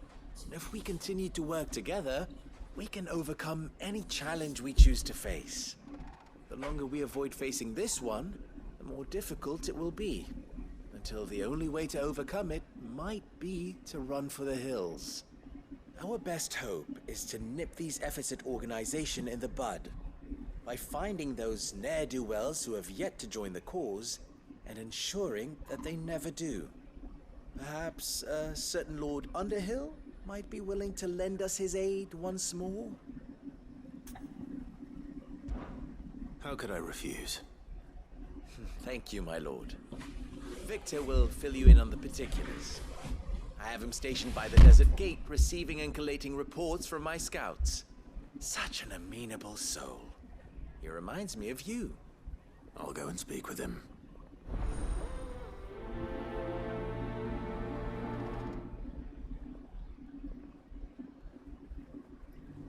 What's the difference between a lord and a mayor? That's easy. One of them swings. A League of Outlaws. Sounds like we have some competition.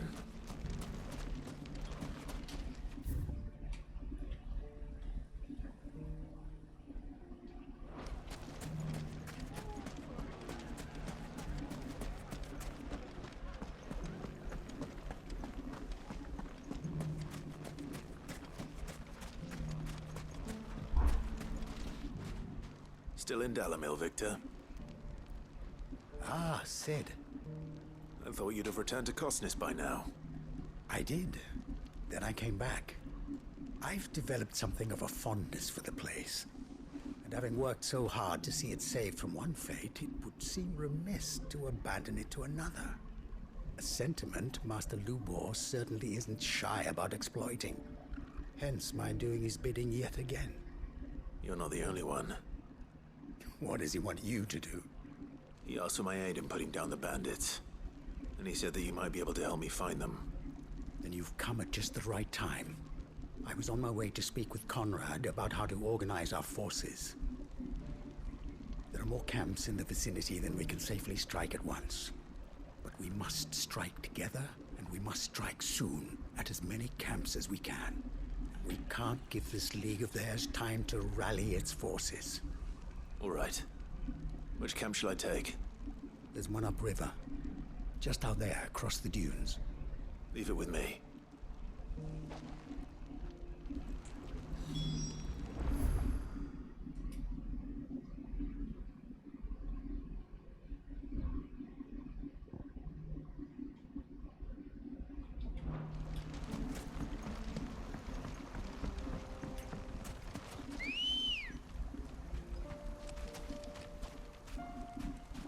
Ready, go? Faster! Those ne'er-do-wells want that.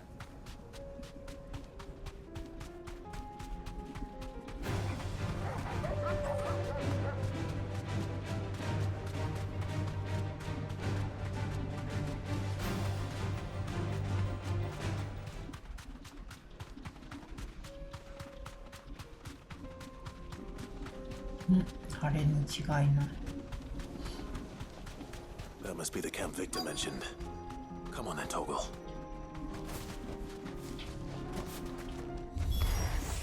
That's him! The one who killed Locke and Fingers!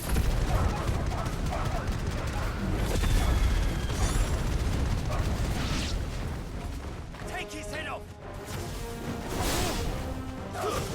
It's over!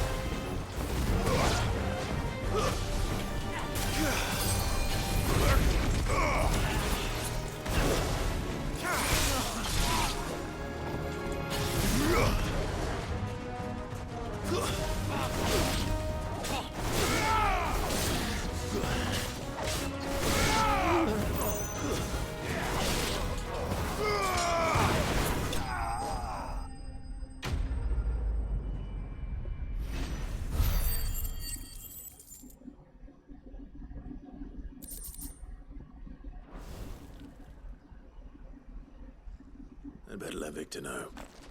Cid, where are you? Ah, I see the bandits didn't pose you any trouble. No, but that's not why you're here, is it? No. Something's happened. We need you back in Dalamil. What is it? The whole town's in uproar. They're saying that Lubor is a bearer. What? Seems that one of our parties wasn't as thorough as they should have been. They let one of the bandits escape, and his escape route took him right through Dalamil. Some of the children spotted him, and he was about to silence them. And when Lubor felled him with a bolt of magic, and without a crystal. But that's not possible. It is, if he's a bearer and has been hiding it all these years, which is what people are saying. If he has, well, I wouldn't blame him. No man is branded by choice. Still, all those people see is a man who's lied to them all his life. One who was made a leader of himself when the world believed he should have been a slave. Fuck. I don't know where we go from here, but I know one thing. Lubor needs all the friends he can get right now. You're right.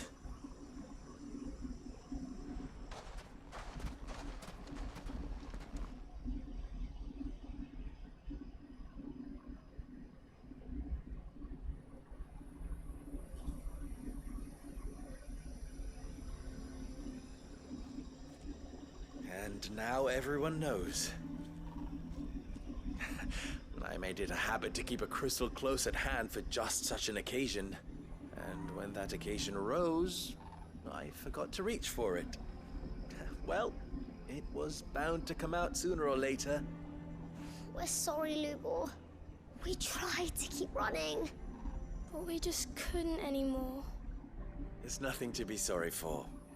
I rather enjoyed playing the hero for once. All that matters to me is that you two are safe. Look at him talking to his betters like it's nothing. All lies, I'll wager. Just like the ones he fed us all these years. Once people make up their minds, it's hard to change them. We need to do something, and quickly. Convince the people not to let their prejudices blind them. Convince them that nothing has changed. That their enemy lies outside these walls, not within them. You're right. We should speak to everyone. I'm glad you agree. I'll handle the townsfolk. I'm a Dalmek born and bred. They listen to me. You head to the tavern. Make Conrad and Natalie remember who Lubor really is. They know that Lubor and I are friends. I might not make for the most impartial of interlocutors.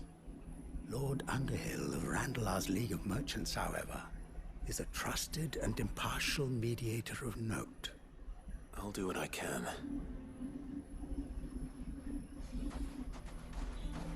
Lubor, stay here with the children.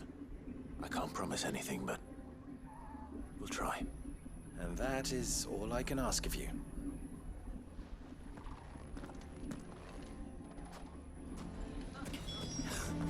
Why are you taking the bearers? Why do they always have to make such a... He knew all along that he was playing us for fools. And we fell. Forgive me for disturbing you, but could I have a moment of your time? I've seen your face before. As have I. Lord Underhill, wasn't it? Of the League of Merchants. That's right. I wanted to speak to you about Lubor. The rumors that he's a bearer. All true, I'm afraid. He'll never be mayor now. Not if I have anything to do with it. But what of his wares? Bearer or no, his steel is highly valued throughout the Republic. In this at least he's done the town a service. Might that not earn him a little leniency? Leniency? He pretended to be one of us when he was laughing behind our backs all the while. I'm sorry, my lord, but he lied to us. He lied to you. He cannot be trusted. So what do you propose? Will you drive him from his home? Close his forge? Perhaps. That is a question for the people of Dalimil, and they will thank you not to get involved.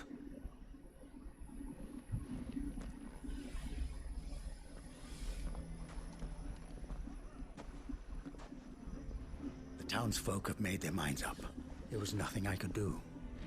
Nor I. Conrad and Natalie refuse to consider anything but their own wounded pride. You never know.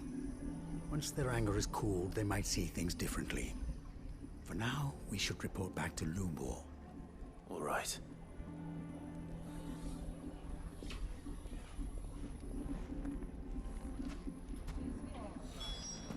Why the hell would Victor take the bearers? I assume the situation is hopeless? There's still hope. But...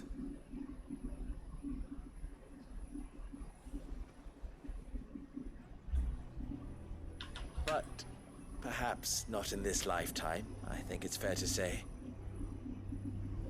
You mustn't think like that, Lubor. Give them time. They'll come around. We'll talk some sense into them in the end, you'll see. No, you won't. And your efforts would be better spent elsewhere. But Lubor... Rosina would often tell me that steel does not lie, that a blade is a reflection of the smith who forged it. To yourself be true, that was her point. Rather an ironic one when you consider that her life was taken with a blade of her own making. But I do not doubt that she was always true to herself and what she believed in, right to the end. And so must I be. I must do what I know to be right, no matter what others might think of me. And now, I know what that is. I must embrace my new role of villain so that the people of Dalimil have something to unite against. For only united can they hope to stand against the threat that awaits them. I'll need to make a suitably dramatic exit, of course. Don't go, Lubor. You're the only one who was ever kind to us. We'll be all alone. Again. Trust me, little ones. It is for the best that I go. Not only for the town, but for you, too. How could it possibly be for the best? These children need you. The least you can do is give the townspeople a chance to change their minds. I would not take it, Victor. It's over. Over, you say? And so just like that, you're going to throw this town and these children to the wolves? I thought you were better than this. But it seems you had me fooled as well. Victor. Forget it. Do what you will. You sure you're making the right choice, Lubor? Of those available to me, I believe it's the best one. Yes. Ah, but where are my manners? Here. A reward for clearing out that bandit camp. Right then. I have packing to do.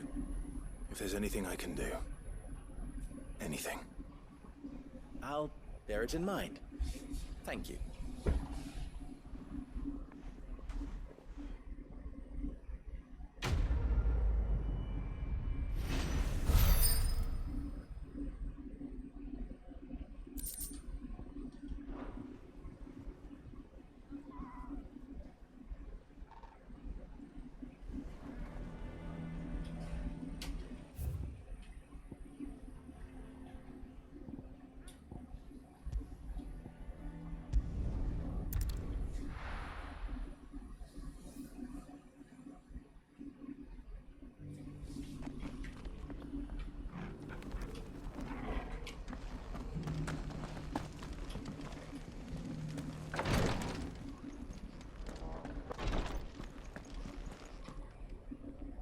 Lord Rosfield, is there aught the Undying might assist you with this day? Perhaps. My brother said that your order was helping him with his quest to uncover Ultima's origins. Have you learned anything of note since last we spoke?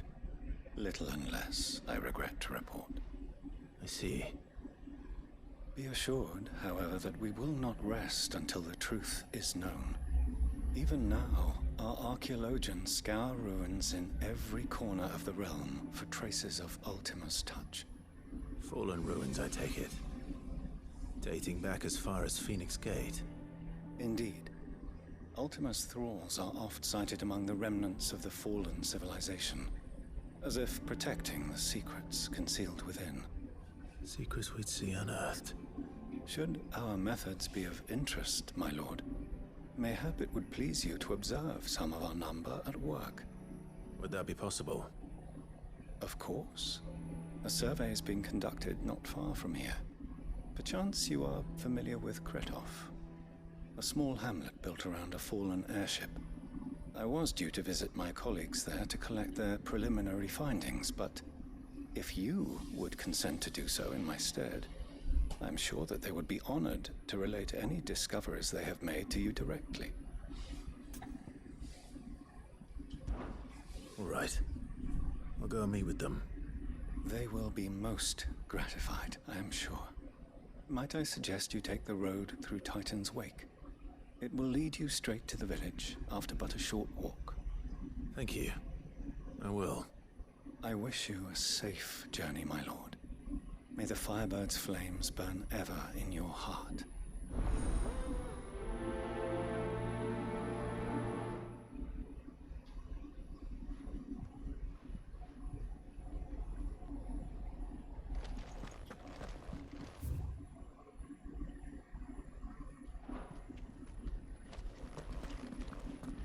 A village built around an airship. Sounds like another Lost Wing. I hope the inhabitants are just as friendly.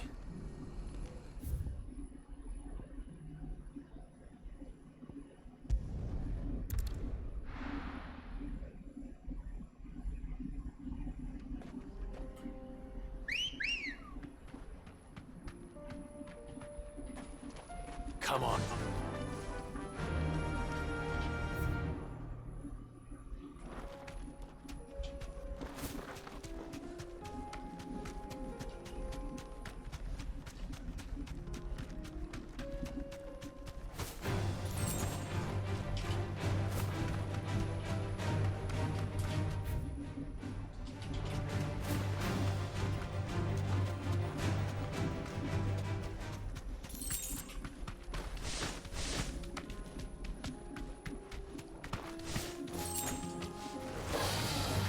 Back.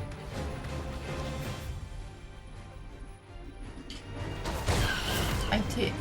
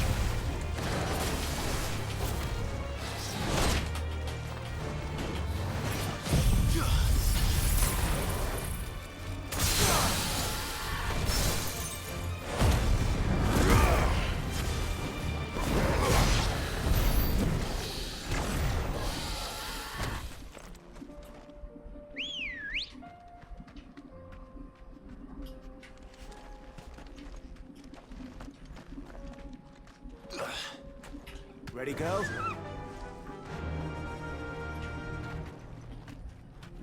Oh.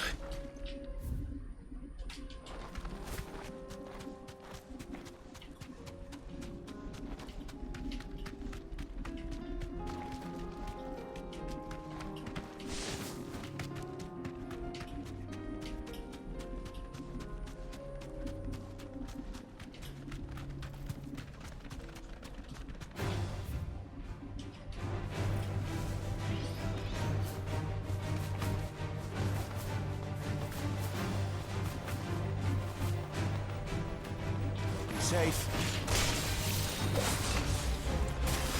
Let there be light!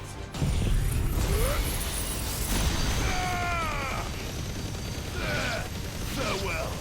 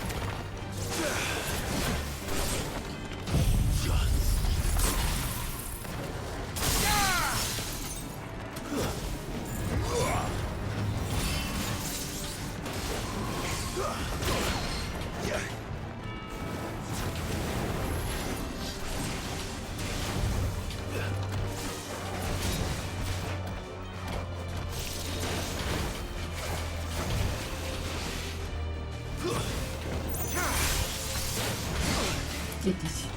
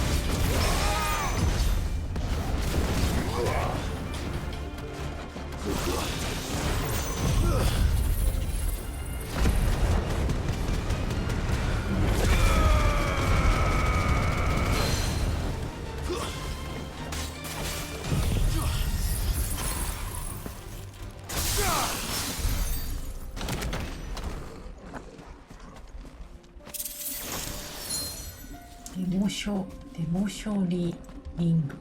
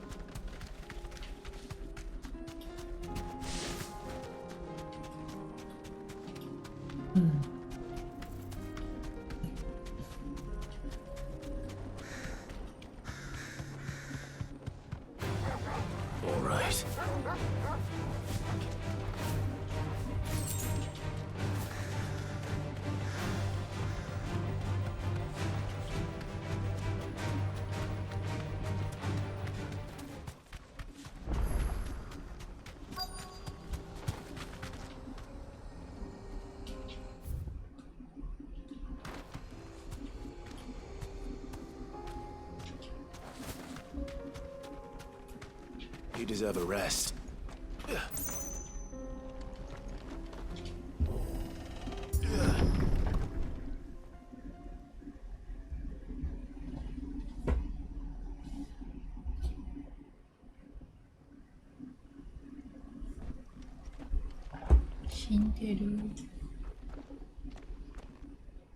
Oh no.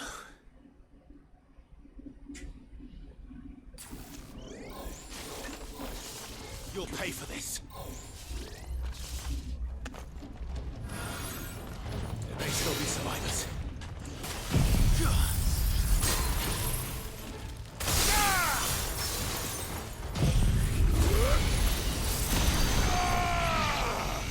Enough.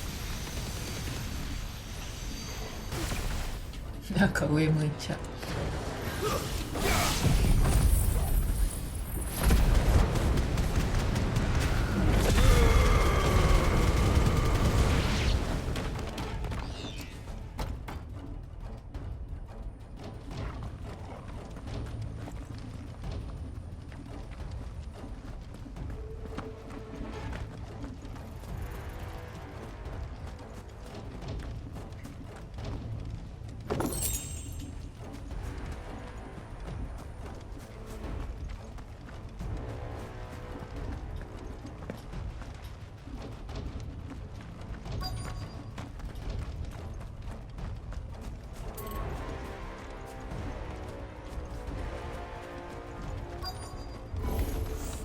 Whatever that thing is, let's say it's their leader.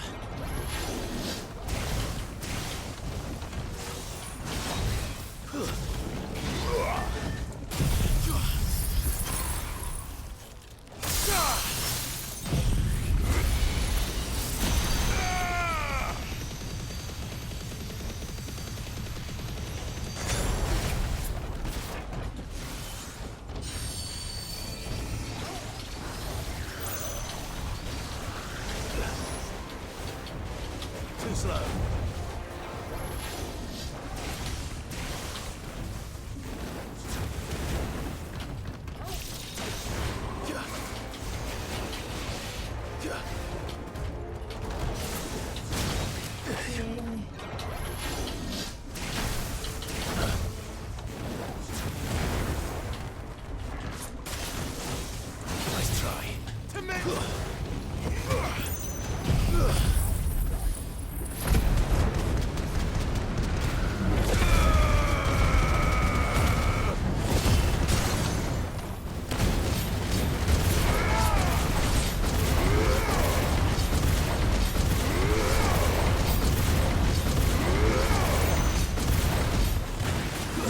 通なのに新しいってこと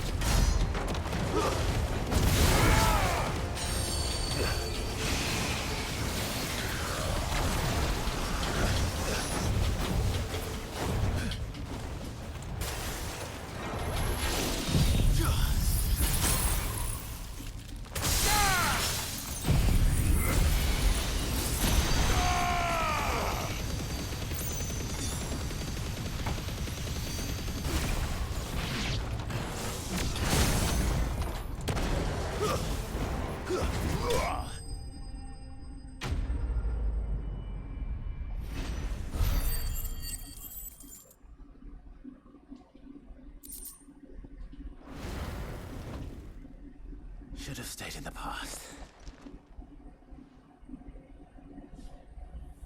These must be Cyril's colleagues.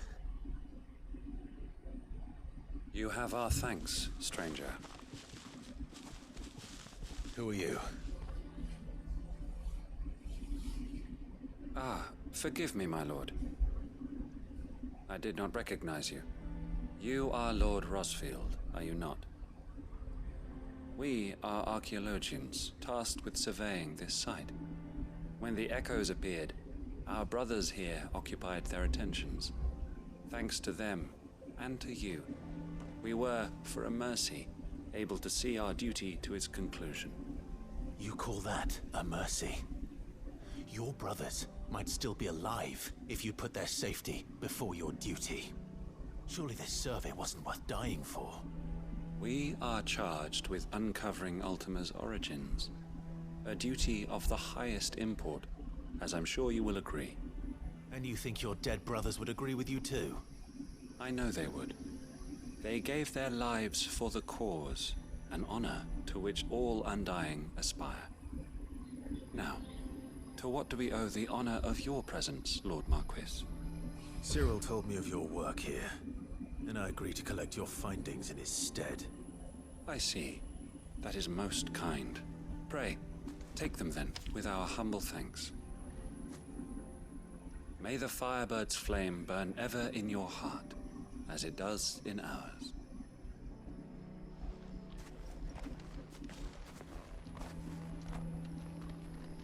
It's one thing to lay down your life for another, but for a survey... I suppose I'd better get this back to Cyril.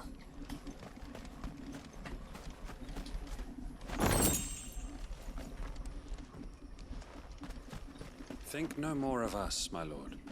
Only deliver our findings to the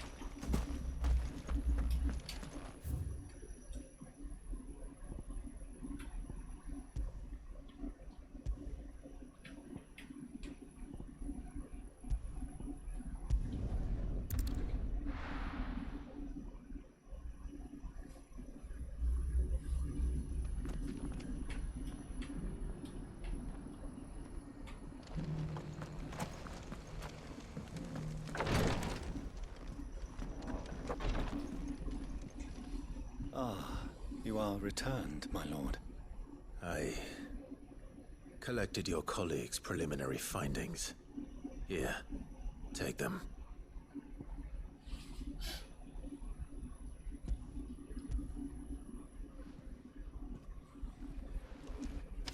My thanks. I shall study them, and inform you forthwith if I discover aught that might aid you in your fight against Ultima. Cyril, your survey party suffered several losses in Kretov. Losses which could have been avoided, had the others not chosen to complete their work, instead of saving their friends. Were these your orders? No. This was their choice. Every Undying devotes his life to the service of the Phoenix. It is our sole duty, and should we die in discharging it, so be it. Even when death is avoidable. My lord, I fear that this is not a point over which it would be fruitful to argue. The Undying have served the Phoenix for countless generations, and your opinion of our methods, however earnest, is not like to change them. We live to serve the Phoenix. Our very order exists for that purpose, and that purpose alone. Cyril, I know that you and your brethren answer only to Joshua, but allow me to offer you a word of advice.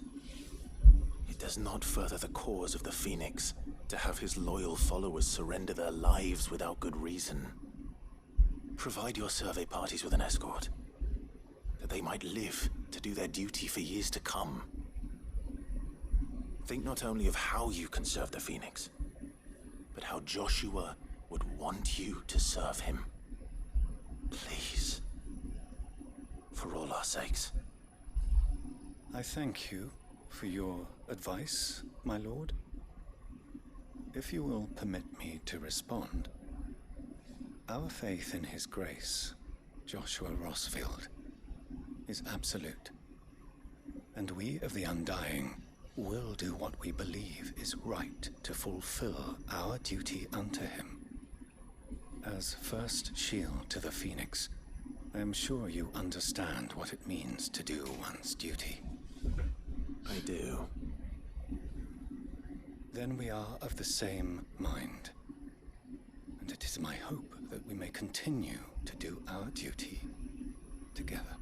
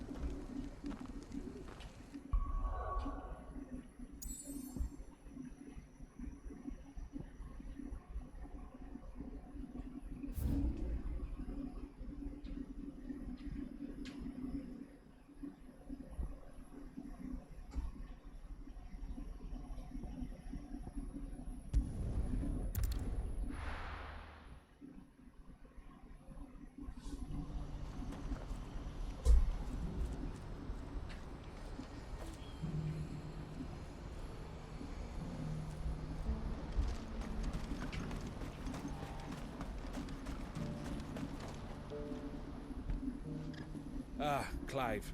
You'll be pleased to know that the negotiations are progressing well. That is good news. Yes. Our comrade in Randala has just sent word that the contract should be signed very soon. But I still have much and more to prepare. It's a huge undertaking moving this many bearers at once. You couldn't do me a quick favor, could you? What is it this time? More wild beasts? Nothing like that. I just need you to go over to the caravans and ask El how long we have until the bearers arrive. Find out exactly how much faster I need to get all these supplies moved. All right. I'll go and ask. Thanks, Clive. I owe you one.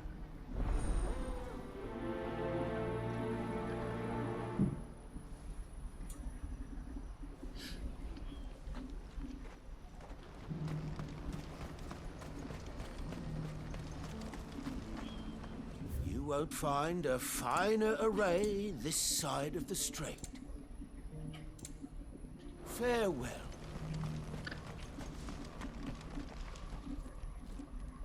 Don't blame yourself, El. This is their fault, not yours. I know, but... No buts about it, all right?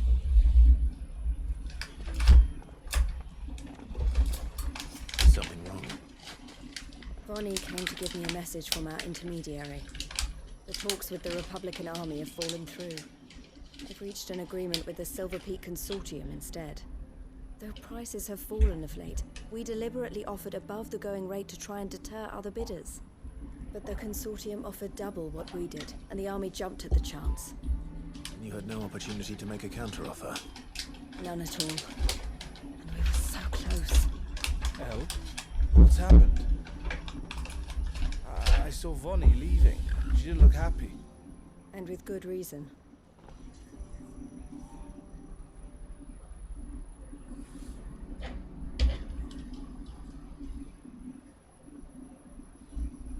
but I thought we were the only ones the Fist was speaking to about the bearers. How did the Consortium even find out about this? It's not so surprising. They have ears all over the Republic. This isn't over. The Consortium will have to sell these bearers eventually, and at the price they paid, buyers will be few and far between. I'm going to Randalar myself. Alone? You sure that's wise? Are you offering to be my bodyguard? How kind. Meet me at the checkpoint near the capital gates. I'll send an owl ahead and request a meeting. You go to Cashlock, Theo, and get everything ready. We've waited far too long as it is. Even if I fail to free these bearers, there will be others. Someone needs to prepare the place and keep any prowling beasts at bay. Oh, and that's me, is it? Well, it looks like I'm following orders till she gets back from meeting the Silver Peak Consortium, who've been doing their best to undermine our scheme. She'll never join them after this, surely. No, she said it herself. She still has plans for Cashlock, even if this one falls through. She means to stay with us then. I can't say I'm not happy to hear it, but is this what she really wants? You have to trust her. You're right. It's what she wants now. And if El's off fighting for the cause, I should do my part too. So I bid you farewell and safe travels, my friend. I'll gather my men and leave for Cashlock. We'll make sure the place is well stocked and defended. You go to Randalar and see if you can stop my sister biting the Consortium's heads off. If she won't consider her prospects, someone has to. I'll do my best.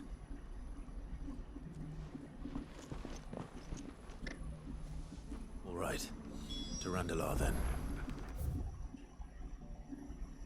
I'd better not keep Eloise waiting.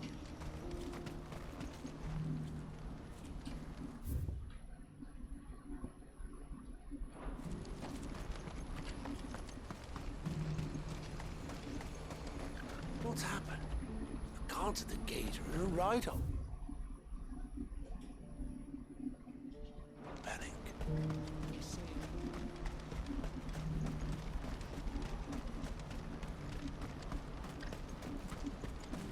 What I wouldn't give for a hot. When are they gonna let us through?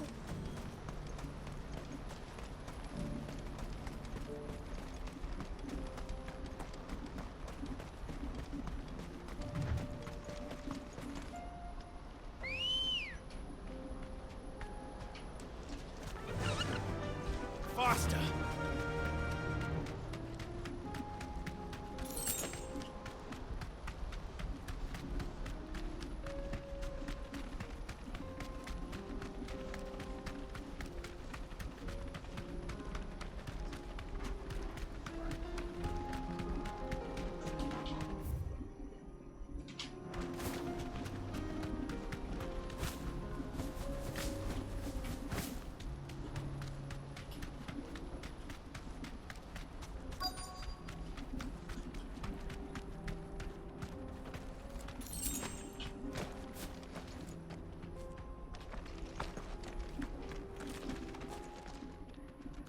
I hope I didn't keep you waiting. Did you arrange to speak with the Consortium? Here they are now. You wish to consult with me? I did. It's about the bearers you recently purchased from the Fist. We had all but finished making arrangements to buy them ourselves, and then you stepped into the fray. You misunderstand. The Consortium had an interest in purchasing them from the very first. It was only our regard for you that kept us from bidding. But your hesitancy in accepting our offer to you suggested that the regard was not mutual. And so we resumed our business. I did not hesitate. I am simply not inclined to make such decisions without first giving them due consideration. But what is done is done. Come then. How much do you want for them? Alas, you are too late yet again. We rarely take on such unconventional merchandise without a purchaser in mind. The bearers belong to him now. Who is your buyer? A trader from across the water. A most demanding fellow, if it's any consolation. He insisted the bearers be fed, dressed, even given their own bunks for the voyage over. That's what you get when you deal with continental types. I wouldn't know. Oh yes, the culture on the continent is quite different to ours. They pay good money for bearers not fit for the knacker's yard, and treat them like kings. But as long as they pay... That does sound unusual. No matter then. If they've already left our shores, there's little that can be done. Allow me to withdraw my interest. And with it, my interest in joining your organization. My associates will be sorry to hear that.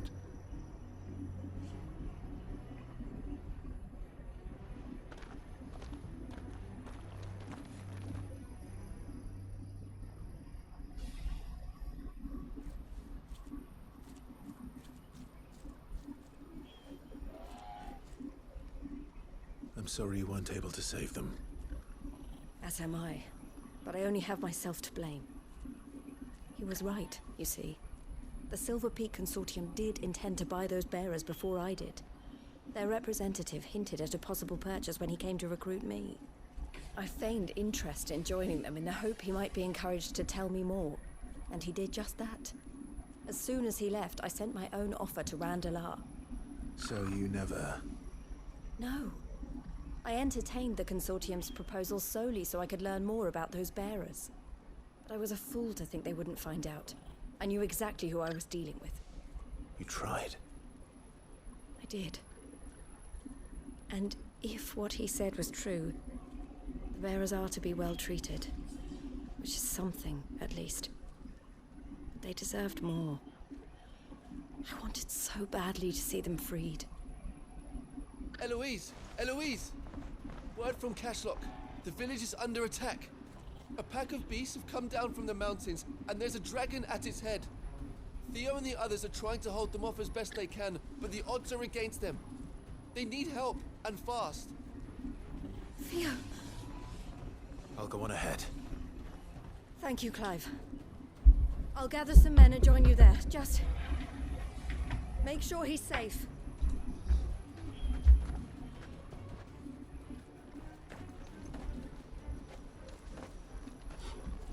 Hold on, Theo. I'm coming.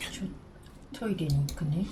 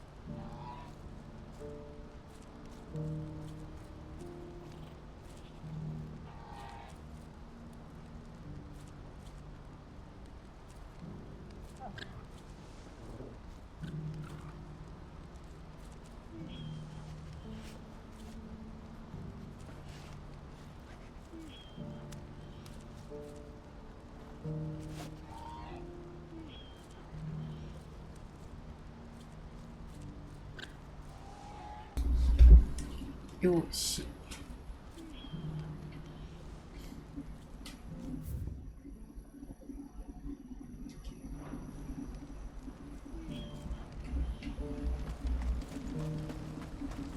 아래? 아래行った方が早いか。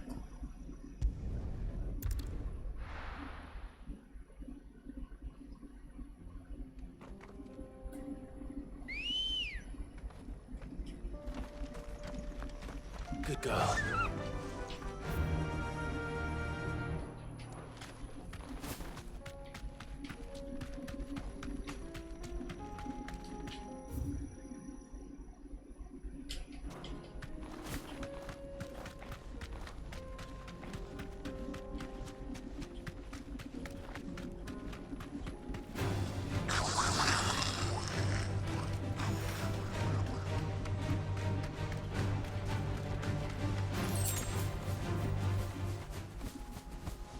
No need to ride from here.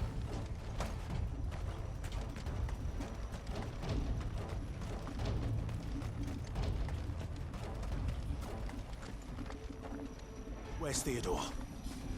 Upriver! He led the dragon that way to keep it from the village, but the whole area's flooded with ether. We just have to pray he makes it out in one piece. I can do better than that. Torgal, with me.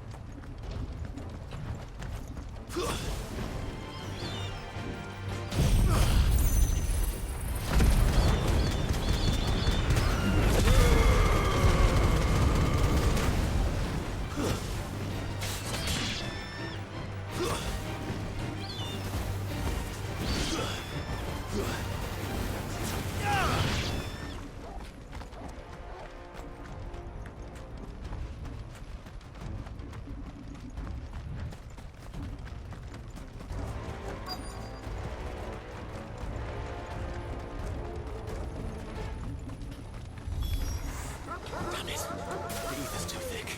These creatures have already turned.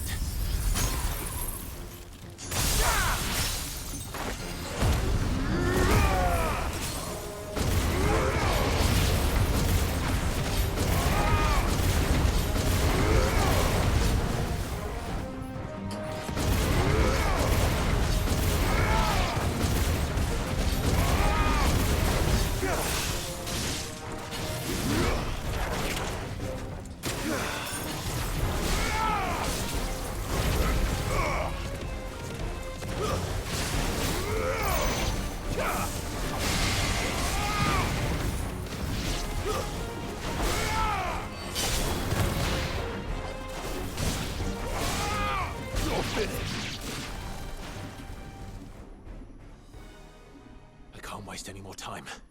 I need to find Theodore before that dragon does.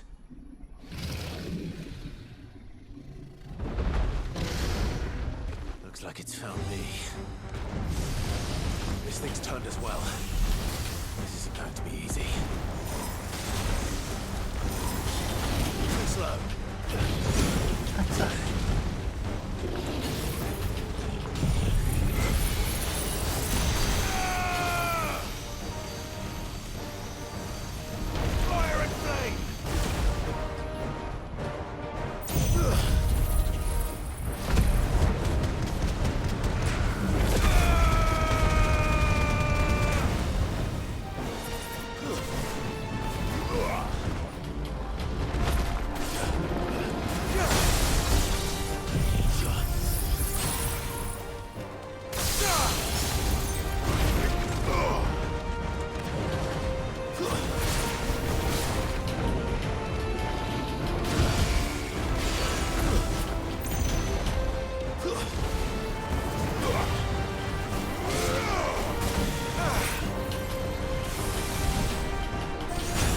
하지.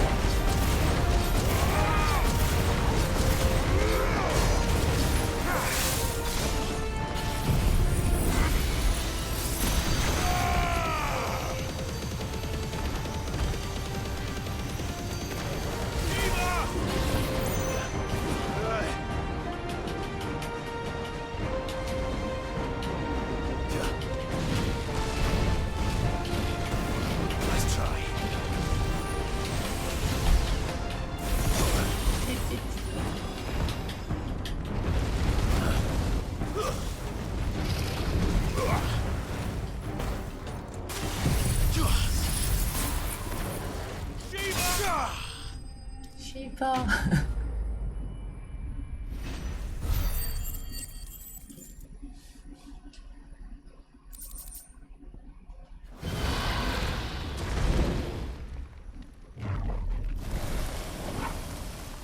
Clive? Theodore, you had me worried for...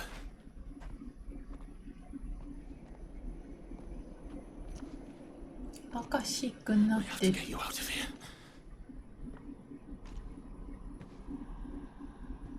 I think it might be a little too late for that.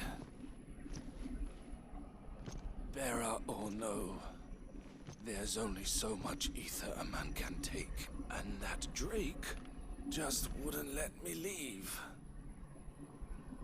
You have my thanks, Cid, for finishing what I could not. For keeping Elle's dream.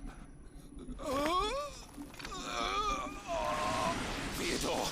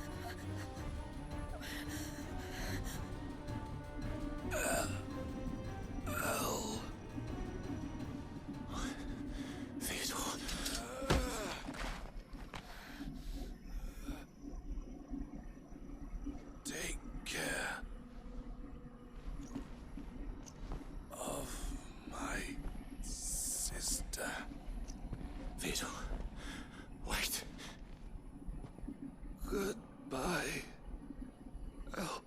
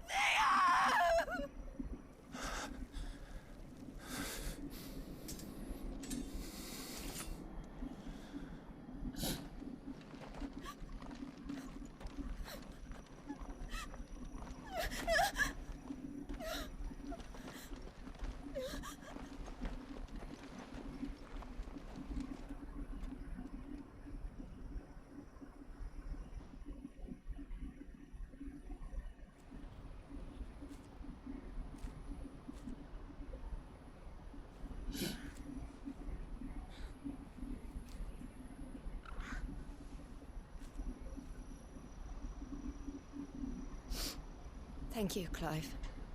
I think I'll be all right now. That was true bravery he showed. Leading the dragon away from the village like that. His first instinct was always to protect people. To put others' well-being before his own. And now he's gone. Because I sent him to that place, against his will. It wasn't against his will.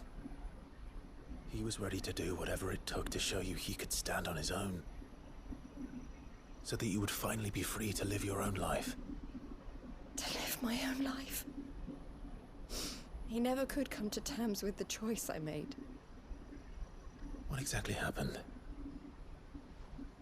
You once told me Theo was the first bearer you ever helped.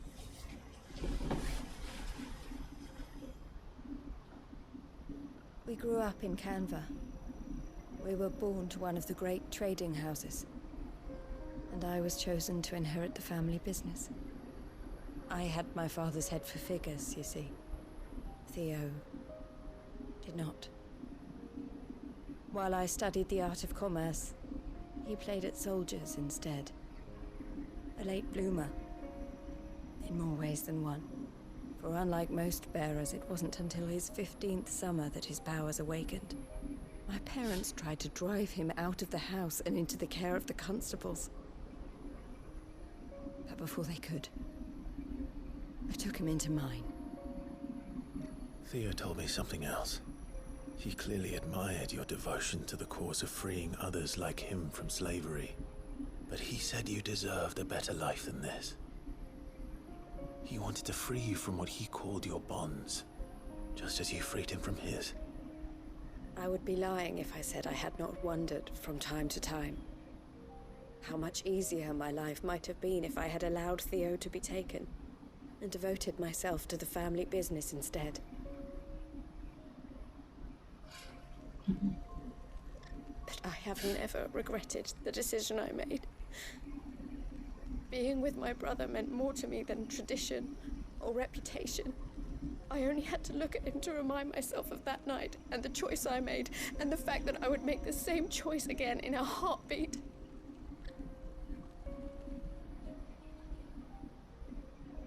He was never a burden. How could he even think that? If anything, I was the one who weighed him down. You weren't, Eloise. He said it himself, that he had always been grateful to you for saving him, and that he wanted to repay you by letting you live the life you were denied. Neither you nor Theo weighed each other down. You loved one another. You did whatever was necessary to continue living your lives together, and you always would have. You're right. All I ever wanted, all I ever did, it was so we could be together. Oh, Theo, why did you have to...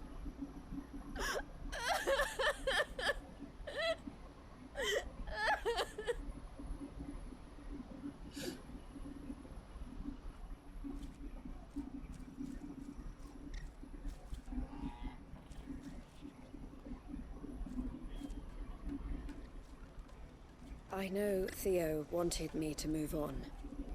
But I'm staying here at the Crimson Caravans to continue our work. We can make a difference here. We can help people. Save them. I need nothing more from life than that. So I'll carry on doing what we do. Ensuring that goods, people, bearers get where they need to be. Bringing smiles to people's faces, just like we always have. And to Theo's, wherever he is. This is the life I have chosen. The life I will always choose. I've made a choice of my own. To continue helping you however I can. Whenever you need it. Thank you, Clive. Let's go on together then. For Theodore.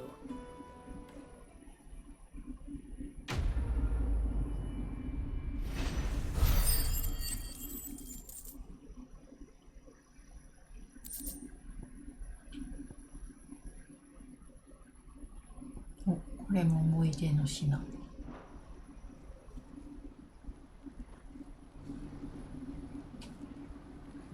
し。これでだいぶクエストやりきったでしょ。じゃあこの後ちょっとマッサージ行くからセーブして帰ってきたらやろうかな。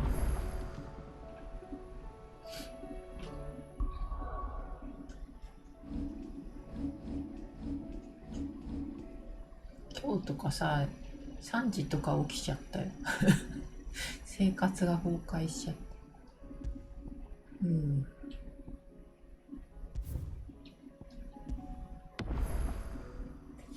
よし、じゃあまた後ほど。またねー。